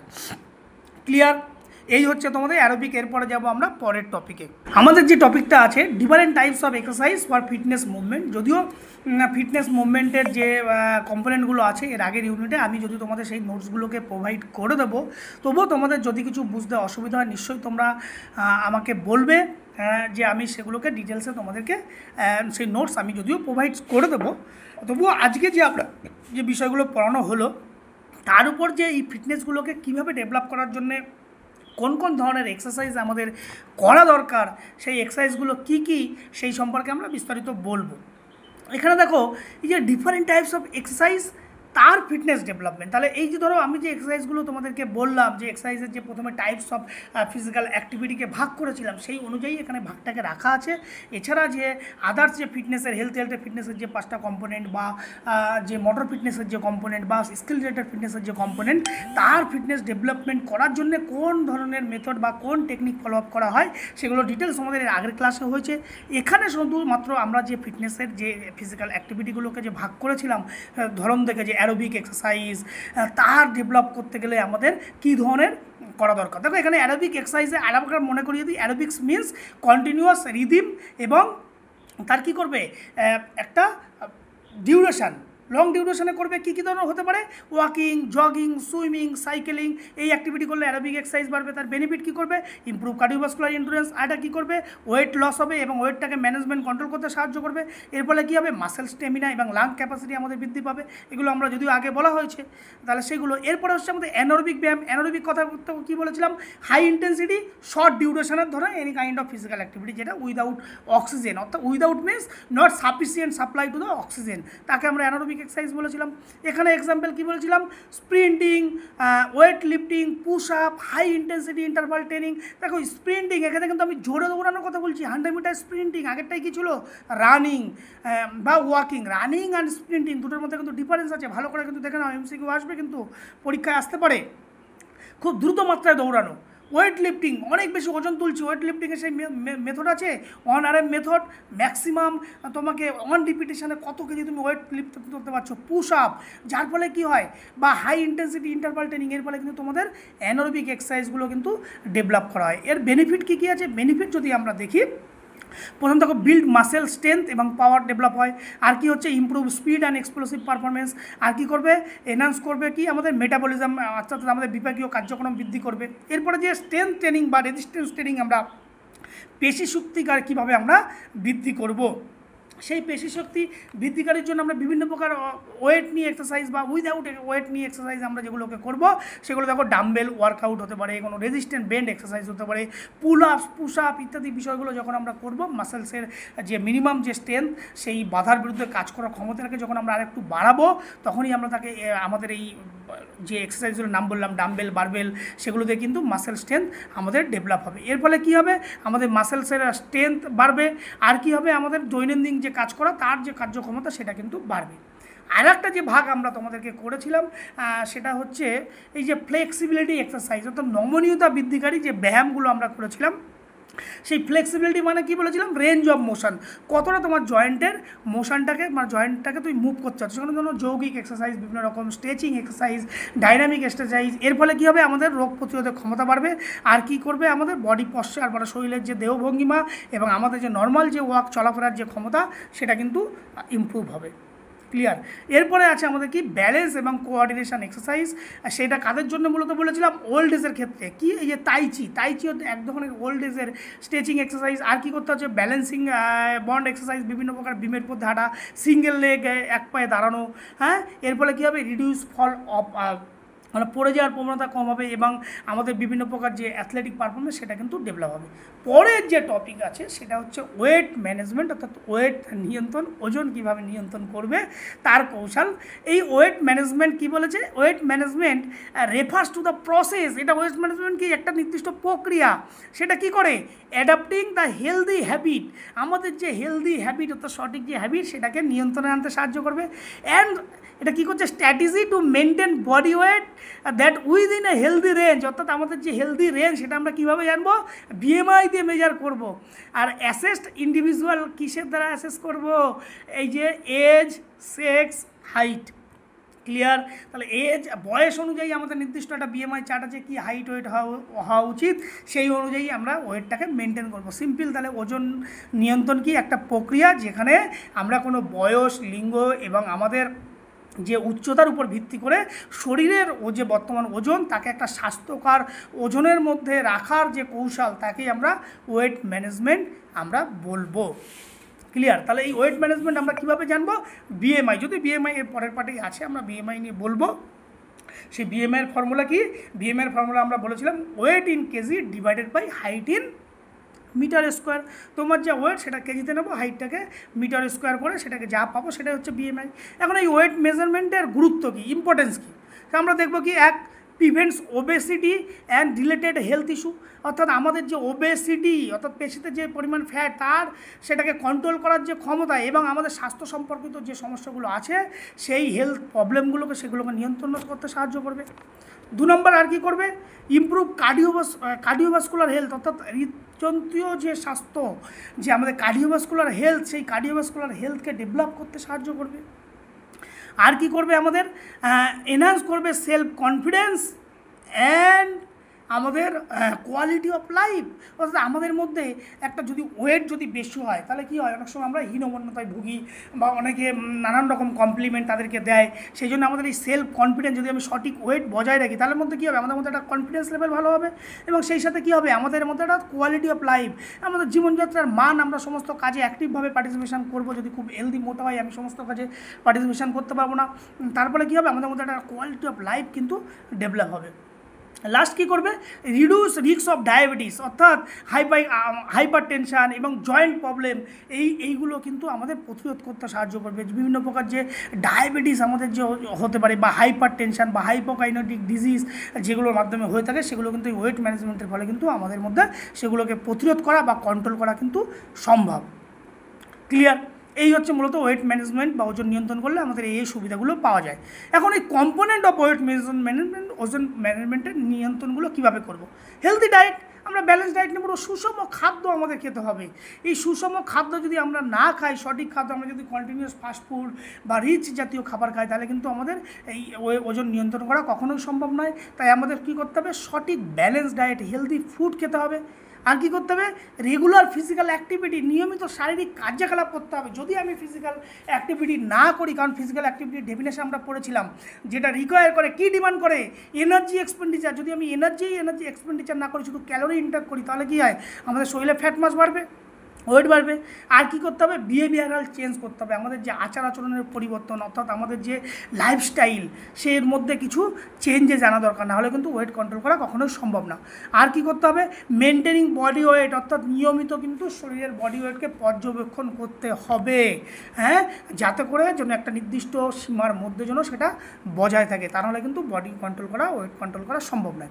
এখন কীভাবে করবে ওজন নিয়ন্ত্রণ করা, স্ট্র্যাটেজি কি, এইগুলোই আগেরগুলোই বললাম যে আমাদের সাফিসিয়েন্ট সুষম খাদ্য গ্রহণ করতে হবে, অল্প অল্প খাবার খেতে হবে, ঘন ঘন করতে হবে, আমাদের ডেলি ফিজিক্যাল অ্যাক্টিভিটি করতে হবে, at least weekly 150 minute physical activity. এটা কে বলেছে, WHO। এভরিডে কত মিনিট, 30 মিনিট করতে হবে এবং প্রপার ঘুমাতে হবে 7 থেকে 8 ঘন্টা এভরিডে। কিন্তু আমাদের নিশ্চিত ঘুমের প্রয়োজন এবং আমাদের মেন্টাল স্ট্রেসকে কিন্তু নিয়ন্ত্রণ করতে হবে। অনেক সময় স্ট্রেসের কারণেও কিন্তু আমাদের ওয়েটটাকে বৃদ্ধি ডেভেলপ হয় কারণ অনেক সময় চাপ আমাদেরকে এমনভাবে ডিপ্রেশনে ফেলে দেয় যার ফলে কিন্তু আমাদের ইনঅ্যাক্টিভ লাইফস্টাইল জীবনযাপন করি। সেই জন্য স্ট্রেস ম্যানেজমেন্ট করাও কিন্তু এই ওয়েট কন্ট্রোলের ক্ষেত্রে ভীষণভাবে জরুরি। ক্লিয়ার? আই হোপ তোমরা আশা করি তোমরা বুঝে গেছো, তোমাদের মধ্যে আর বোধহয় খুব একটা সমস্যা নেই ওয়েট ম্যানেজমেন্ট সম্পর্কে বিস্তারিত। এরপর আমরা যে বিষয়টা নিয়ে আসবো, হয়তো ক্লাসটা একটু লেন্দি হবে বটে, তোমরা আশা করবো তোমরা ভালো করে এটাকে বোঝো, কারণ এখান থেকে অনেক ছোটো ছোটো বিষয় নিয়ে কিন্তু তোমাদের পরীক্ষায় এমসিকিউ আসবে। সেই জন্যে খুব মনোযোগ সহকারে কিন্তু এটা পড়াটা ভীষণভাবে জরুরি। এর পরের যে ইম্পর্টেন্ট পার্টটা আছে, দেখো তোমাদের সিলেবাস আছে ওবেসিটি। আমরা দেখেই কাউকে বলি এই ব্যক্তিটা ওবেস, এবং বর্তমানে কিন্তু এই ওবেসিটি নিয়ে কিন্তু ভীষণ চিন্তিত মডার্ন সোসাইটি, যে বা তার ছেলে মেয়েদেরকে নিয়ে, যে আমার ছেলেটা ওবেস হয়ে যাচ্ছে কিনা, মোটা হয়ে যাচ্ছে কিনা। সিম্পল আমরা যদি বলি ওবেসিটি কি, ওবেসিটি ইজ একটা মেডিকেল কন্ডিশন। কেন মেডিকেল কন্ডিশন বলেছি? In which excessive fat accumulation in the body, অর্থাৎ আমাদের যে নর্মাল যে বডি ফ্যাট থাকা দরকার, সেই বডি ফ্যাটের থেকে যখন আমাদের বেশি বডি ফ্যাট থাকে তখনই কিন্তু আমরা তাকে ওবেস বলি। কী করে আমরা সেই বডি ফ্যাটটাকে মেজার করি? আমাদের বডি মাস ইন্ডেক্স অর্থাৎ বিএমআই দিয়ে আমরা কিন্তু মেজার করি। বিএমআইতে আমরা বলছি, তার আগে একটা ইম্পর্টেন্ট কথা বলে দিই যে এসেনশিয়াল বডি ফ্যাট আমাদের শরীরের জন্য কত হওয়া উচিত। সেক্ষেত্রে তোমরা নোট ডাউন করে নিতে পারো, লিখে নিতে পারো যে আমাদের এসেনশিয়াল যে বডি ফ্যাট সেটা পুরুষদের ক্ষেত্রে অর্থাৎ ছেলেদের ক্ষেত্রে মিনিমাম বডি ফ্যাট থাকা দরকার 2 থেকে 5%। মেয়েদের ক্ষেত্রে কত? মেয়েদের ক্ষেত্রে একটু বেশি থাকে, 10 থেকে 13% থাকা দরকার। অ্যাথলিটদের ক্ষেত্রে মিনিমাম বডি ফ্যাট পার্সেন্টেজ থাকা দরকার 6 থেকে 13%, এবং মেয়েদের ক্ষেত্রে থাকা দরকার 14 থেকে 20%। যারা ফিটনেস প্ল্যানিং করে, ফিটনেস ট্রেনার বা ফিটনেসটাকে সচেতন স্বাস্থ্য সম্পর্কে, তাদের ক্ষেত্রে মিনিমাম হচ্ছে 14 থেকে 17% থাকা দরকার, এবং মেয়েদের ক্ষেত্রে 21 থেকে 24% থাকা দরকার। অ্যাথলিট যারা হচ্ছে অ্যাথলিট না, যারা হচ্ছে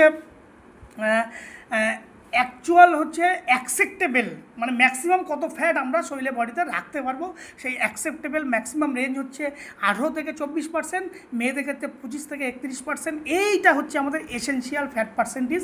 এর থেকে বেশি হলে তখনই আমরা তাকে ওবেস বলবো। এই ওবেস মেজার জন্য আমাদের কি করব? বিএমআই মেজার করব, height in KG, weight in KG divided by height in metre square. এখানে ক্যালকুলেশন করে যদি 30 বিএমএর মান যদি 30 আসে, 30-এর বেশি যদি কখনো হয়, তখনই আমরা তাকে কি ইন্ডিকেশন করব? তখনই আমরা তাকে বলবো এই ব্যক্তিটা বা এই পার্সনটা ওবেস। ক্লিয়ার? তাহলে বিএমআই, এই ওবেসিটি মেজার করার ফর্মুলা কি? আমাদের বিএমআই থেকে ক্যালকুলেশন করতে হবে। ক্লিয়ার? তাহলে বিএমআইয়ের ফর্মুলা কিন্তু মুখস্থ রাখাটা জরুরি, পরীক্ষায় কিন্তু অনেকবার এসছে। এখন এই বিএমআই তার কারণগুলো কী কী? ওবেসিটির মূলত যদি কারণগুলো দেখি, প্রথম যে কারণটা আছে দেখো, আনহেলদি হ্যাবিট, অস্বাস্থ্যকর খাবার। আমরা যদি অস্বাস্থ্যকর খাদ্য অভ্যাস করি, যদি ফাস্ট ফুড, জাঙ্ক ফুড এই জাতীয় খাবার যদি আমরা বেশি খাই, তাহলে আমাদের মধ্যে কী হবে? আমাদের মধ্যে মোটা হওয়ার ফ্যাট পার্সেন্টেজ বেড়ে যাবে। বা কোনো ফ্যাটি জাতীয় ভাজা জাতীয় কোনো খাবার যদি খাই তাহলে বাড়বে। আর কি করবে? ফিজিক্যাল ইনঅ্যাক্টিভিটি, যদি শারীরিক কার্যকলাপ না করি, আমরা যদি শারীরিক কার্যকলাপ মিনস আমাদের ওয়েটটাকে যদি আমরা বার্ন না করি, ওয়েটটাকে যদি খরচ না করি, শুধু যদি ইনপুট দিই, তাহলে কী হবে? আমাদের অটোমেটিক্যালি ওয়েট বাড়বে। জেনেটিক ফ্যাক্টর, অনেক সময় কী হয়, জেনেটিক্যালি কোনো কারণের জন্য কিন্তু এই হয়ে থাকে ওবেসিটি। আর একটা যে সাইকোলজিক্যাল কারণ, কিছু সাইকোলজিক্যাল ফ্যাক্টর, যেমন যে স্ট্রেস, ডিপ্রেশন। দেখো, স্ট্রেস হচ্ছে একটা মেন্টাল চাপ বা শারীরিক ডিমান্ডকে পূর্ণ করার জন্য একটা পেশা। ধরো তোমার কালকে এক্সাম আছে বা তোমাকে কালকে পরীক্ষা আছে, এই কাজটা করতে হবে, সেটা নিয়ে আগে ভেবে মেন্টালি যে আমাদের স্ট্রেসটাকে হয়, একটা চাপ তৈরি হয়, সেটার কারণে কিন্তু অনেক সময় এই আমাদের ওবেস বা মোটা হওয়ার একটা প্রবণতা থাকে। আর কি হচ্ছে কি, হরমোনাল কিছু ইমব্যালেন্সের জন্য মূলত হচ্ছে হাইপোথিটিজিয়ামের কারণে কিন্তু এই মূলত এই ওবেসিটি হতে পারে। এখন এর ওবেসিটি যদি হয়, তার কি কি রিস্ক থাকে? রিস্ক ফ্যাক্টরগুলো কী কী? আমাদের বিভিন্ন প্রকার হার্ট ডিজিজ বা হার্ট স্ট্রোক হতে পারে, টাইপ 2 ডায়াবেটিস হতে পারে, হাই ব্লাড প্রেশার হতে পারে, বিভিন্ন প্রকার জয়েন্ট প্রবলেম হতে পারে। তারপরে হেলদি মোটা, যদি কেউ বিশাল মোটা হয়, তার চলাফেরার ক্ষেত্রে সুবিধা হবে, জয়েন্টে কী হবে? তার রেঞ্জ অফ মোশন কমে আসবে, কমে আসলে জয়েন্টে প্রচুর পরিমাণে প্রেশার পড়বে, যার ফলে হাড়ে ব্যথা হতে পারে জয়েন্টে। এবং কী হবে? আমাদের স্লিপ বা অ্যামিনিয়া অর্থাৎ ঘুম আসতে কিন্তু একটা প্রবলেম হবে, ঘুমের সময় সমস্যা হবে, শ্বাস প্রশ্বাসের সমস্যা হবে, হ্যাঁ, এবং কিছু প্রকার ক্যান্সার সেক্ষেত্রের জন্য এই ওবেসিটি কারণে অনেক সময় দায়ী করা হয়, কিছু কিছু ক্যান্সারের ক্ষেত্রে, সব ক্যান্সারের ক্ষেত্রে নয়।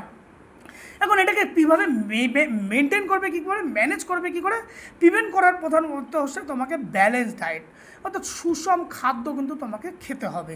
সঠিক যদি ব্যালেন্স ডায়েট তুমি যদি না খাও, আনহেলদি ফুড যদি তুমি খাও, তাহলে কিন্তু তুমি কখনোই ওবেসিটি থেকে নিজেকে কন্ট্রোল করতে পারবে না।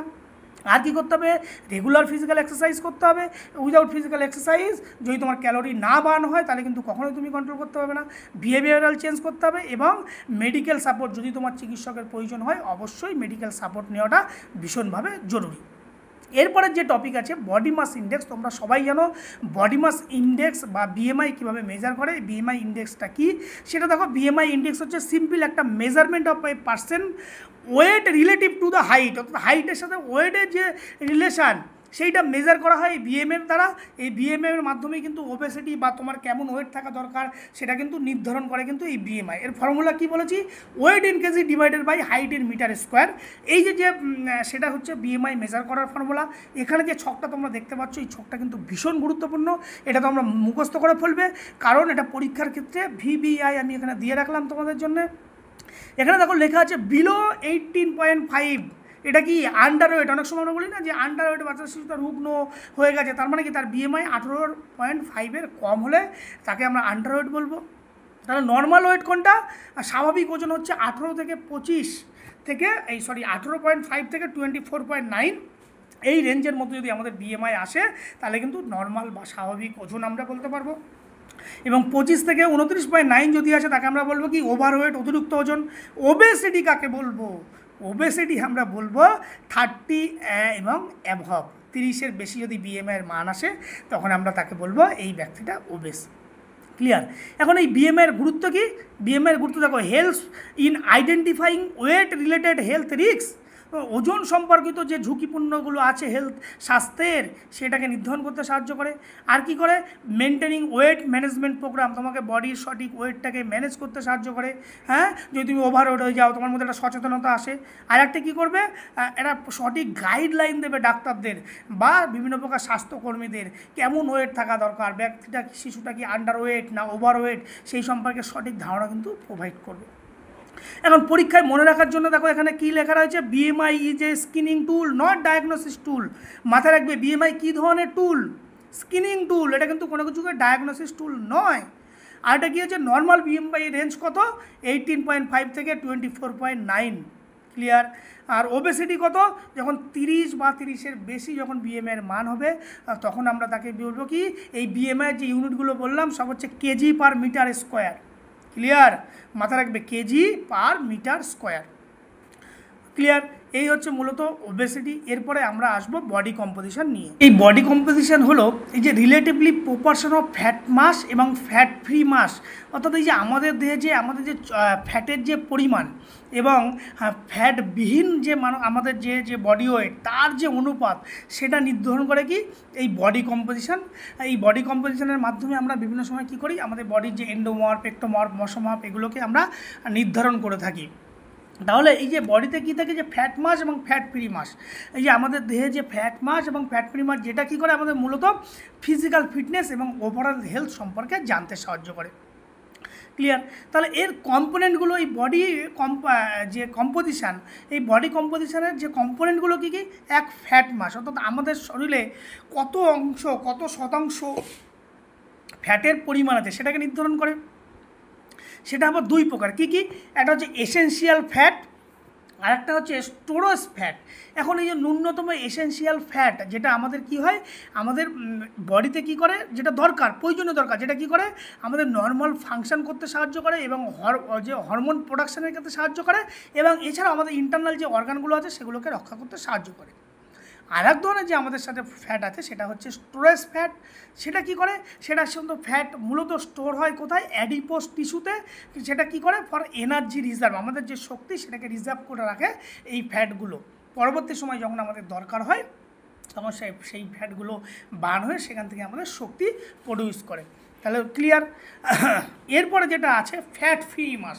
ফ্যাট ফ্রি মাস মানে এই ধরো তোমার যা শরীরের বডি ওয়েট আছে সেই বডি ওয়েট থেকে, টোটাল বডি ওয়েট থেকে যতটা ফ্যাট আছে সেটাকে যদি আমরা বিয়োগ করে দিই তাহলে আমরা যেটা পাবো সেটা হচ্ছে ফ্যাট ফ্রি মাস, অর্থাৎ লিন বডি মাস বা লিন মাস। এখন এই লিন মাসের মধ্যে কী কী থাকবে? এই বডি ফ্যাটের মধ্যে মাসেল থাকবে, বোন থাকবে, বডি ওয়াটার থাকবে এবং আদার্স অর্গান এবং কানেকটিভ টিস্যুগুলো থাকবে। শুধু থাকছে না কি, ফ্যাট মাস তোমার কাছে থাকছে না। এটাকে কি বলবো আমরা? মাসেল মাস বলতে পারি বা লিন বডি মাস বলতে পারি। ক্লিয়ার? তাহলে ফ্যাট ফ্রি মাস যেখানে ফ্যাটবিহীন থাকছে। আচ্ছা বেশ, ধরো তোমাদের বডি ওয়েট ধরো 60 কেজি। এখন 60 কেজি তোমাকে মেজার করে দেখালো তোমার কেজিতে 10 কেজি বডি ফ্যাট আছে। তাহলে 60 থেকে 10 কেজি বাদ দিয়ে দিলে তোমার বডি ওয়েট কত হচ্ছে? 50 কেজি। তাহলে এই যে বডি ওয়েট তোমার যে 50 কেজি হলো, এই 50 কেজিটা কি তোমার বডি ওয়েট কী কী জিনিস নিয়ে গঠিত হলো? তোমার শরীরের মধ্যে কী কী আছে? মাসেল আছে, হ্যাঁ, বোন আছে, বডিতে জল আছে এবং আদার্স যে অর্গান এবং কানেকটিভ যে টিস্যুগুলো আছে সমস্ত কিছু মিলে তোমার বডি ওয়েট হলো কিন্তু 50 কিলো। এটাকেই বলবো আমরা ফ্যাট ফ্রি মাস বা লিন বডি মাস বা লিন মাস। ক্লিয়ার? যে তোমার শরীর থেকে টোটাল ফ্যাটটাকে বাদ দিয়ে দেওয়া হবে। এইবার এই যে বডি কম্পোজিশন আমরা যেটাকে বললাম না, যে এই যে বডি কম্পোজিশন এর গুরুত্ব কী, এর গুরুত্ব কতটা আমাদের এই বডি ফ্যাট পার্সেন্টেজ বা এই বডি কম্পোজিশনের, সেটা দেখো। ফার্স্ট যে পয়েন্টটা লেখা আছে, determinants overall health and fitness. অর্থাৎ এই বডি কম্পোজিশন যার ভালো থাকবে তার কি হবে? তার যে টোটাল যে ফিটনেস এবং তার যে ফিজিক্যাল হেলথ সেটা অবভিয়াসলি ভালো হবে। তাহলে বডি কম্পোজিশন যার তার কী হবে? লিন বডি মাস ভালো। আমরা অনেকে দেখি না যারা ওয়েট লিফটিং করে তাদের কী হয়? তাদের সুন্দর একটা বডি শেপ, তার মধ্যে কী হয়? ফ্যাটের পরিমাণ নেই। আর একটা তার পাশে যদি একটা হেভি মোটা সোটা একজন কেউ দাঁড়ায়, দুজনে আমরা বডি দেখেই বলতে পারবো যে কার বডি ভালো কার বডি খারাপ, কে বেশি হেলদি, কে বেশি লিন বডি মাস, কে বেশি পেশিবহুল। যে ওয়েট লিফটিং করছে তার মানে কি, যাদের বডি বিল্ডিং যারা করে বা যারা নিয়মিত ফিজিক্যাল অ্যাক্টিভিটি করে তাদের ভিতরে একটা বডি শেপ খুব সুন্দর হয়, যেটা কি করে, সেটা তার ওভারঅল ফিটনেসকে নির্ধারণ করে এবং তার যে শারীরিক স্বাস্থ্য, সেই শারীরিক স্বাস্থ্য কিন্তু সঠিকভাবে বজায় থাকে। ক্লিয়ার? 2 নম্বর কী করে? Help assess obesity and related risk.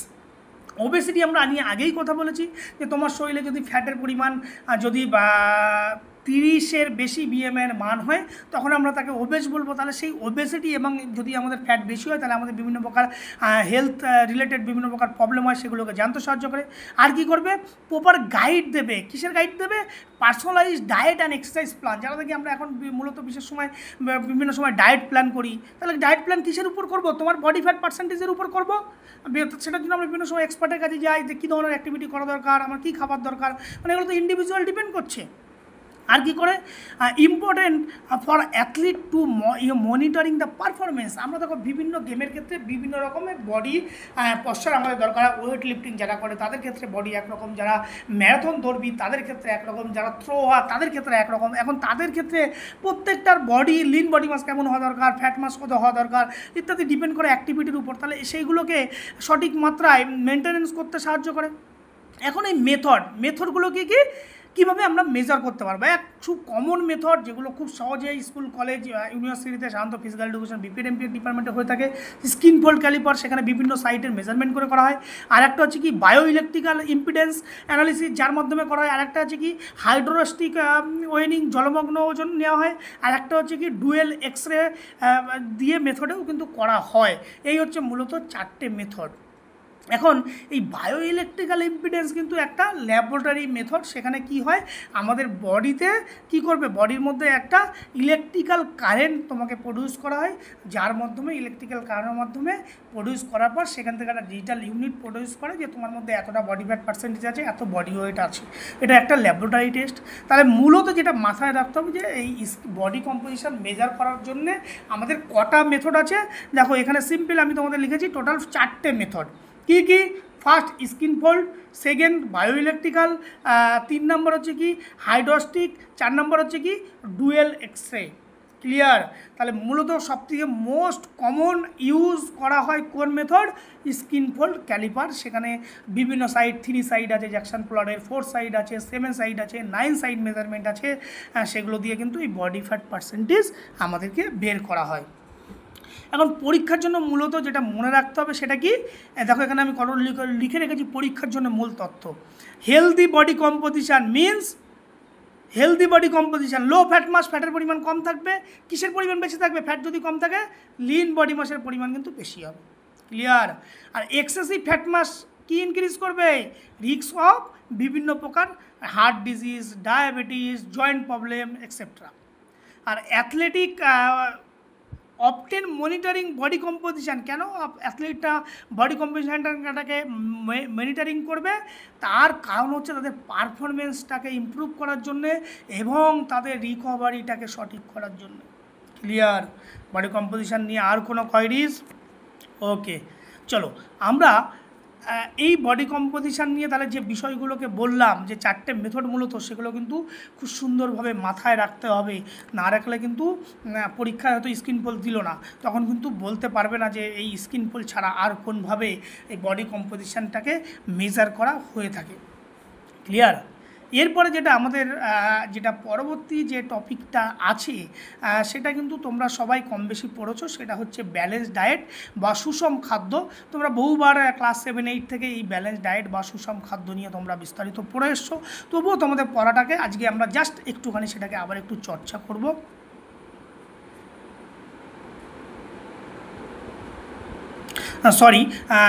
সেটাকে চর্চা করব এবং চর্চা করে সেটাকে আরেকটু ঝালিয়ে নেব। ব্যালেন্স ডায়েট বা সুষম খাদ্য বলতে আমরা কী বুঝি? দেখো, সুষম খাদ্য বলতে তোমরা সবাই পড়েছিলে যে খাদ্যের মধ্যে খাদ্যের যে সমস্ত গুণাগুণগুলো হয় সেইগুলো যখন সঠিক মাত্রায় বজায় থাকে তখন আমরা তাকে ব্যালেন্স ডায়েট বলবো। সিম্পল এখানে কী লেখা আছে দেখো, balance diet that contents all essential nutrient, মানে যত প্রয়োজনীয় এসেনশিয়াল নিউট্রিয়েন্টগুলো আছে তুমি যে খাবারটাকে খাবে সেই খাবারের মধ্যে উপস্থিত থাকবে, তাকে আমরা ব্যালেন্স ডায়েট বলবো। সেগুলো কি কি? 1, carbohydrate, protein, fats, minerals, water and roughage. Clear? তাহলে এই যে নিউট্রিয়েন্টগুলোর নামগুলো বললাম, carbohydrate, protein, fat, vitamin, minerals, water, roughage, এই সমস্ত উপাদানগুলো যখন কোনো একটি পার্টিকুলার খাবারের মধ্যে থাকবে তখন তাকে আমরা ব্যালেন্স ডায়েট করব। এটা কি করব? In the right proportion to maintain health, আমাদের সঠিক স্বাস্থ্য বজায় রাখবে। আর কি করবে? গ্রোথ, সঠিক হেলদি গ্রোথটাকে মেনটেন করবে। আর কি করবে? Proper functioning of the body, আমাদের শরীরের যে নর্মাল যে কার্যকলাপ সেটাকে মেনটেন করবে। এই যে কম্পোনেন্টগুলোকে বললাম পরীক্ষায় কিন্তু ভীষণভাবে আসে। আমি একটা ছকের মাধ্যমে তোমাদেরকে দিয়েছি যে তার কম্পোনেন্টগুলোর নাম, তাদের কি কাজ, তাদের কি সোর্স, কোথা থেকে পাবো। পরীক্ষায় কিন্তু এখান থেকে এমসিকিউ একটা হোক দুটো হোক আসবেই আসবে, তোমরা মাথায় রাখো। যে কার্বোহাইড্রেট, কার্বোহাইড্রেট কি মূলত কাজ করে, কার্বোহাইড্রেট কোন কিসের থেকে কার্বোহাইড্রেট আমরা পাবো। এখানে যদি দেখো ছকটা আমি তোমাদের জন্য একদম উপযুক্ত, পরীক্ষার উপযুক্ত মতো করে আমি লিখে রেখেছি যে কোন কোন সোর্স থেকে এগুলোকে পেতে পারি। আমরা যদি সেই ছকটাকে একটু দেখে নিই, প্রথমে দেখো যে প্রথম কম্পোনেন্ট আছে কার্বোহাইড্রেট। তার কি কাজ করে? আমাদের যে কার্বোহাইড্রেট মূলত কী করে? Provides energy for daily activity, আমাদের দৈনন্দিন যে কাজ করার যে শক্তি সেটা জোগাড় করে। সোর্স, উৎস কোথার থেকে পাবো কার্বোহাইড্রেট? মূলত আমাদের হচ্ছে বাঙালিয়ানা খাবার থেকে পাবো। বাঙালিয়ানা means rice, wheat, bread, potato, fruits, মানে ভাত, গম, রুটি। বাঙালিয়ানা এটা না হলে চলবে না। সেই ভাত, গম, রুটি এগুলো থেকে কিন্তু মূলত আমরা এই কার্বোহাইড্রেট পাবো। এখন পরীক্ষায় তোমাদের এমসিকিউ আসতেই পারে যে কার্বোহাইড্রেট আমরা নিচের কোন খাবার থেকে পাবো, সেখানে অপশান দিতে পারে। পরে আসছে প্রোটিন। প্রোটিন কী কাজ করে? Helps to growth and repair and maintains the body tissue, আমাদের বডি মাসেলসের যে বিভিন্ন প্রকার ভ্যারাইটিস অফ যে টিস্যু আছে, হ্যাঁ, তার বৃদ্ধি এবং ক্ষতিপূরণকে রক্ষা করে কিন্তু প্রোটিন। ক্লিয়ার? প্রোটিন তাহলে কী করছে? দেহের বৃদ্ধি, ক্ষতিপূরণ এবং বিভিন্ন প্রকার ভ্যারাইটিস অফ টিস্যুকে রক্ষণাবেক্ষণ করে। কোথা থেকে পাবো প্রোটিন? প্রোটিন পাবো মূলত সেখানে হচ্ছে বিভিন্ন প্রকার মিল্ক থেকে পাবো, কোনো মিট থেকে পাবো, মাছ থেকে পাবো, দুধ থেকে পাবো, ইত্যাদি জায়গা থেকে কিন্তু প্রোটিন পাবো। ফ্যাট, ফ্যাট কী করবে? ফ্যাট মূলত প্রোভাইডস এনার্জি, আমাদের এনার্জি প্রডিউস করে and also observe for fat soluble vitamin, অর্থাৎ আমাদের শরীরে যে ফ্যাটের দ্রবণীয় যে ভিটামিন সেটা শোষণ করতে সাহায্য করে এবং আমাদের মধ্যে কী হয়? ফ্যাট শক্তি প্রদান করে। কোথা থেকে পাবো? বিভিন্ন প্রকার অয়েলি জাতীয় খাবার, তেল, মাখন, ঘি ইত্যাদি থেকে পাবো। এরপরে আসছে ভিটামিন। দেখো, ভিটামিন কিন্তু এমন একটা জিনিস ভেরি ইম্পর্টেন্ট, কিন্তু আমাদের খুব অল্প মাত্রায় দরকার। মূলত কী করে? আমাদের দেহের কাজকে নিয়ন্ত্রণ করে এবং আমাদের যে রোগ প্রতিরোধের ক্ষমতা, আমাদের সেই রোগ প্রতিরোধের ক্ষমতা কিন্তু ভিটামিন আমাদেরকে বৃদ্ধি করে এবং ভিটামিন কিন্তু আমাদের শরীরে খুব অল্প মাত্রায় দরকার। এখন এই ভিটামিনের সোর্সগুলো কোথায়? বিভিন্ন প্রকার ফ্রুটস থেকে পাবো, ভেজিটেবল থেকে পাবো, মিল থেকে পাবো, ইত্যাদি বিষয়গুলো। আমরা ভিটামিন নিয়ে বিস্তারিত কথা বলবো, কারণ ভিটামিনের অনেকগুলো টাইপস আছে, vitamin A, B, C, water soluble vitamin, তারপরে তোমার ফ্যাট সলিউবল ভিটামিন, সেগুলো পরে পড়বো। এছাড়া আরও কতগুলো কম্পোনেন্ট যেগুলো আছে, তার মধ্যে হচ্ছে মিনারেলস, খুবই গুরুত্বপূর্ণ। মিনারেলস কী করে? আমাদের স্ট্রেংথ অফ দ্য বোনের মাসেলসের স্ট্রেংথ ডেভেলপ করে, টিথ দাঁতকে মজবুত করে, আর কি করবে? আমাদের বিভিন্ন প্রকার যে নার্ভ ফাংশন, সেই নার্ভ ফাংশনগুলোকে তার সঠিক কার্যকারিতা নিয়ন্ত্রণ করে।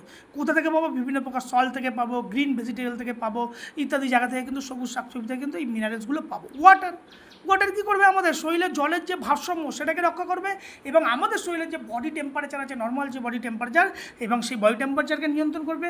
সেই সাথে কী করবে? আমাদের ডাইজেস্টিভ সিস্টেম, অর্থাৎ আমাদের হজম ক্ষমতাকে বৃদ্ধি করবে। তাহলে এই ওয়াটার কোথা থেকে পাবো? বিভিন্ন প্রকার ড্রিঙ্ক থেকে পাবো, ড্রিঙ্কিং ওয়াটার থেকে পাবো, বিভিন্ন প্রকার ভেজিটেবল থেকে পাবো, বিভিন্ন প্রকার ফ্রুটস থেকে পাবো। ক্লিয়ার? রাবেস ফ্রুট বা ফাইবার জাতীয় আঁশ, অর্থাৎ আঁশ জাতীয় যে খাবার, সেগুলো আমাদের মূলত কী করে? আমাদের মধ্যে যে কোষ্ঠকাঠিন্য, অর্থাৎ আমাদের মধ্যে যে বদহজম প্রবণতা, হজম শক্তি, সেই হজম শক্তিকে বাড়ায়। এগুলো কোথা থেকে পাবো? বিভিন্ন প্রকার হোল গ্রিন লিভ ভেজিটেবল থেকে পাবো, ফ্রুটস থেকে পাবো।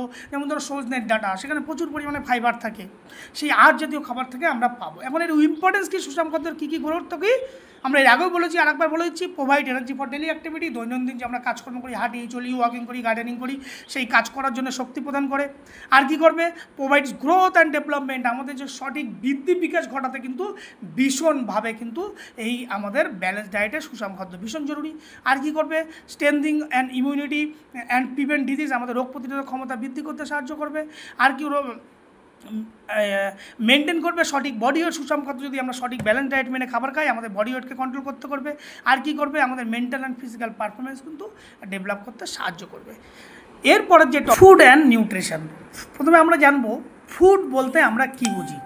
ফুড হচ্ছে এনি কাইন্ড অফ সাবস্টেন্স, অর্থাৎ এক ধরনের পদার্থ, সেটা কি করবে? সেটা আইদার সলিড অর লিকুইড, অর্থাৎ সেটা কঠিন বা তরল কোনো পদার্থ, যখন আমরা হোয়েন কনজিউম, অর্থাৎ যখন আমরা খাই, প্রোভাইডস করবে। কি প্রোভাইডস করবে? প্রোভাইডস এনার্জি, আমাদের শক্তি প্রদান করবে। আর কি করবে? প্রমোটস গ্রোথ, আমাদেরকে গ্রোথ বৃদ্ধি করবে, এবং রিপেয়ার করবে। কি করবে? আমাদের বিভিন্ন প্রকার মাসেল, যেটাকে হচ্ছে শক্তি বৃদ্ধি করবে, এবং বিভিন্ন প্রকার টিস্যু, এবং and regulates the various body function and maintain করবে লাইফ অ্যান্ড হেলথ। অর্থাৎ এই যে খাদ্য হচ্ছে একটা তরল বা কঠিন পদার্থ, যেটা খাওয়ার সাথে সাথেই কী করবে? আমাদের শরীরের ভিতর শক্তি প্রদান করবে, দেহের বৃদ্ধি সাধন করবে, আমাদের বিভিন্ন প্রকার ক্ষয়ক্ষতি করবে, এবং শারীরিক যে বিভিন্ন প্রকার কার্যকলাপ এবং জীবনযাত্রার মান, সেটাকে নিয়ন্ত্রণ করবে। এখন এই শক্তি আমরা এই যে বডি ফ্যাট যে ফুড আমরা বলছিলাম, সেই ফুড আমাদের কী কী কাজ করে? আমাদের সঠিকভাবে আমাদের মধ্যে শক্তি প্রদান করবে, দেহের সঠিক কার্যকারিতা নিয়ন্ত্রণ করবে, হ্যাঁ, রোগ প্রতিরোধক ক্ষমতা বৃদ্ধি করবে। এবং এই যে খাদ্যের যে শ্রেণীবিভাগ তোমরা দেখেছো, সেই শ্রেণীবিভাগটা দেখো আমরা ক্যাটাগরি অনুযায়ী ভাগ করেছি। যে খাদ্য মূলত আমরা 3 ভাগে খাদ্যকে ভাগ করেছি। একটা হচ্ছে এনার্জি গিভিং ফুড, যেটা আমাদের শক্তি প্রদায়ক খাদ্য।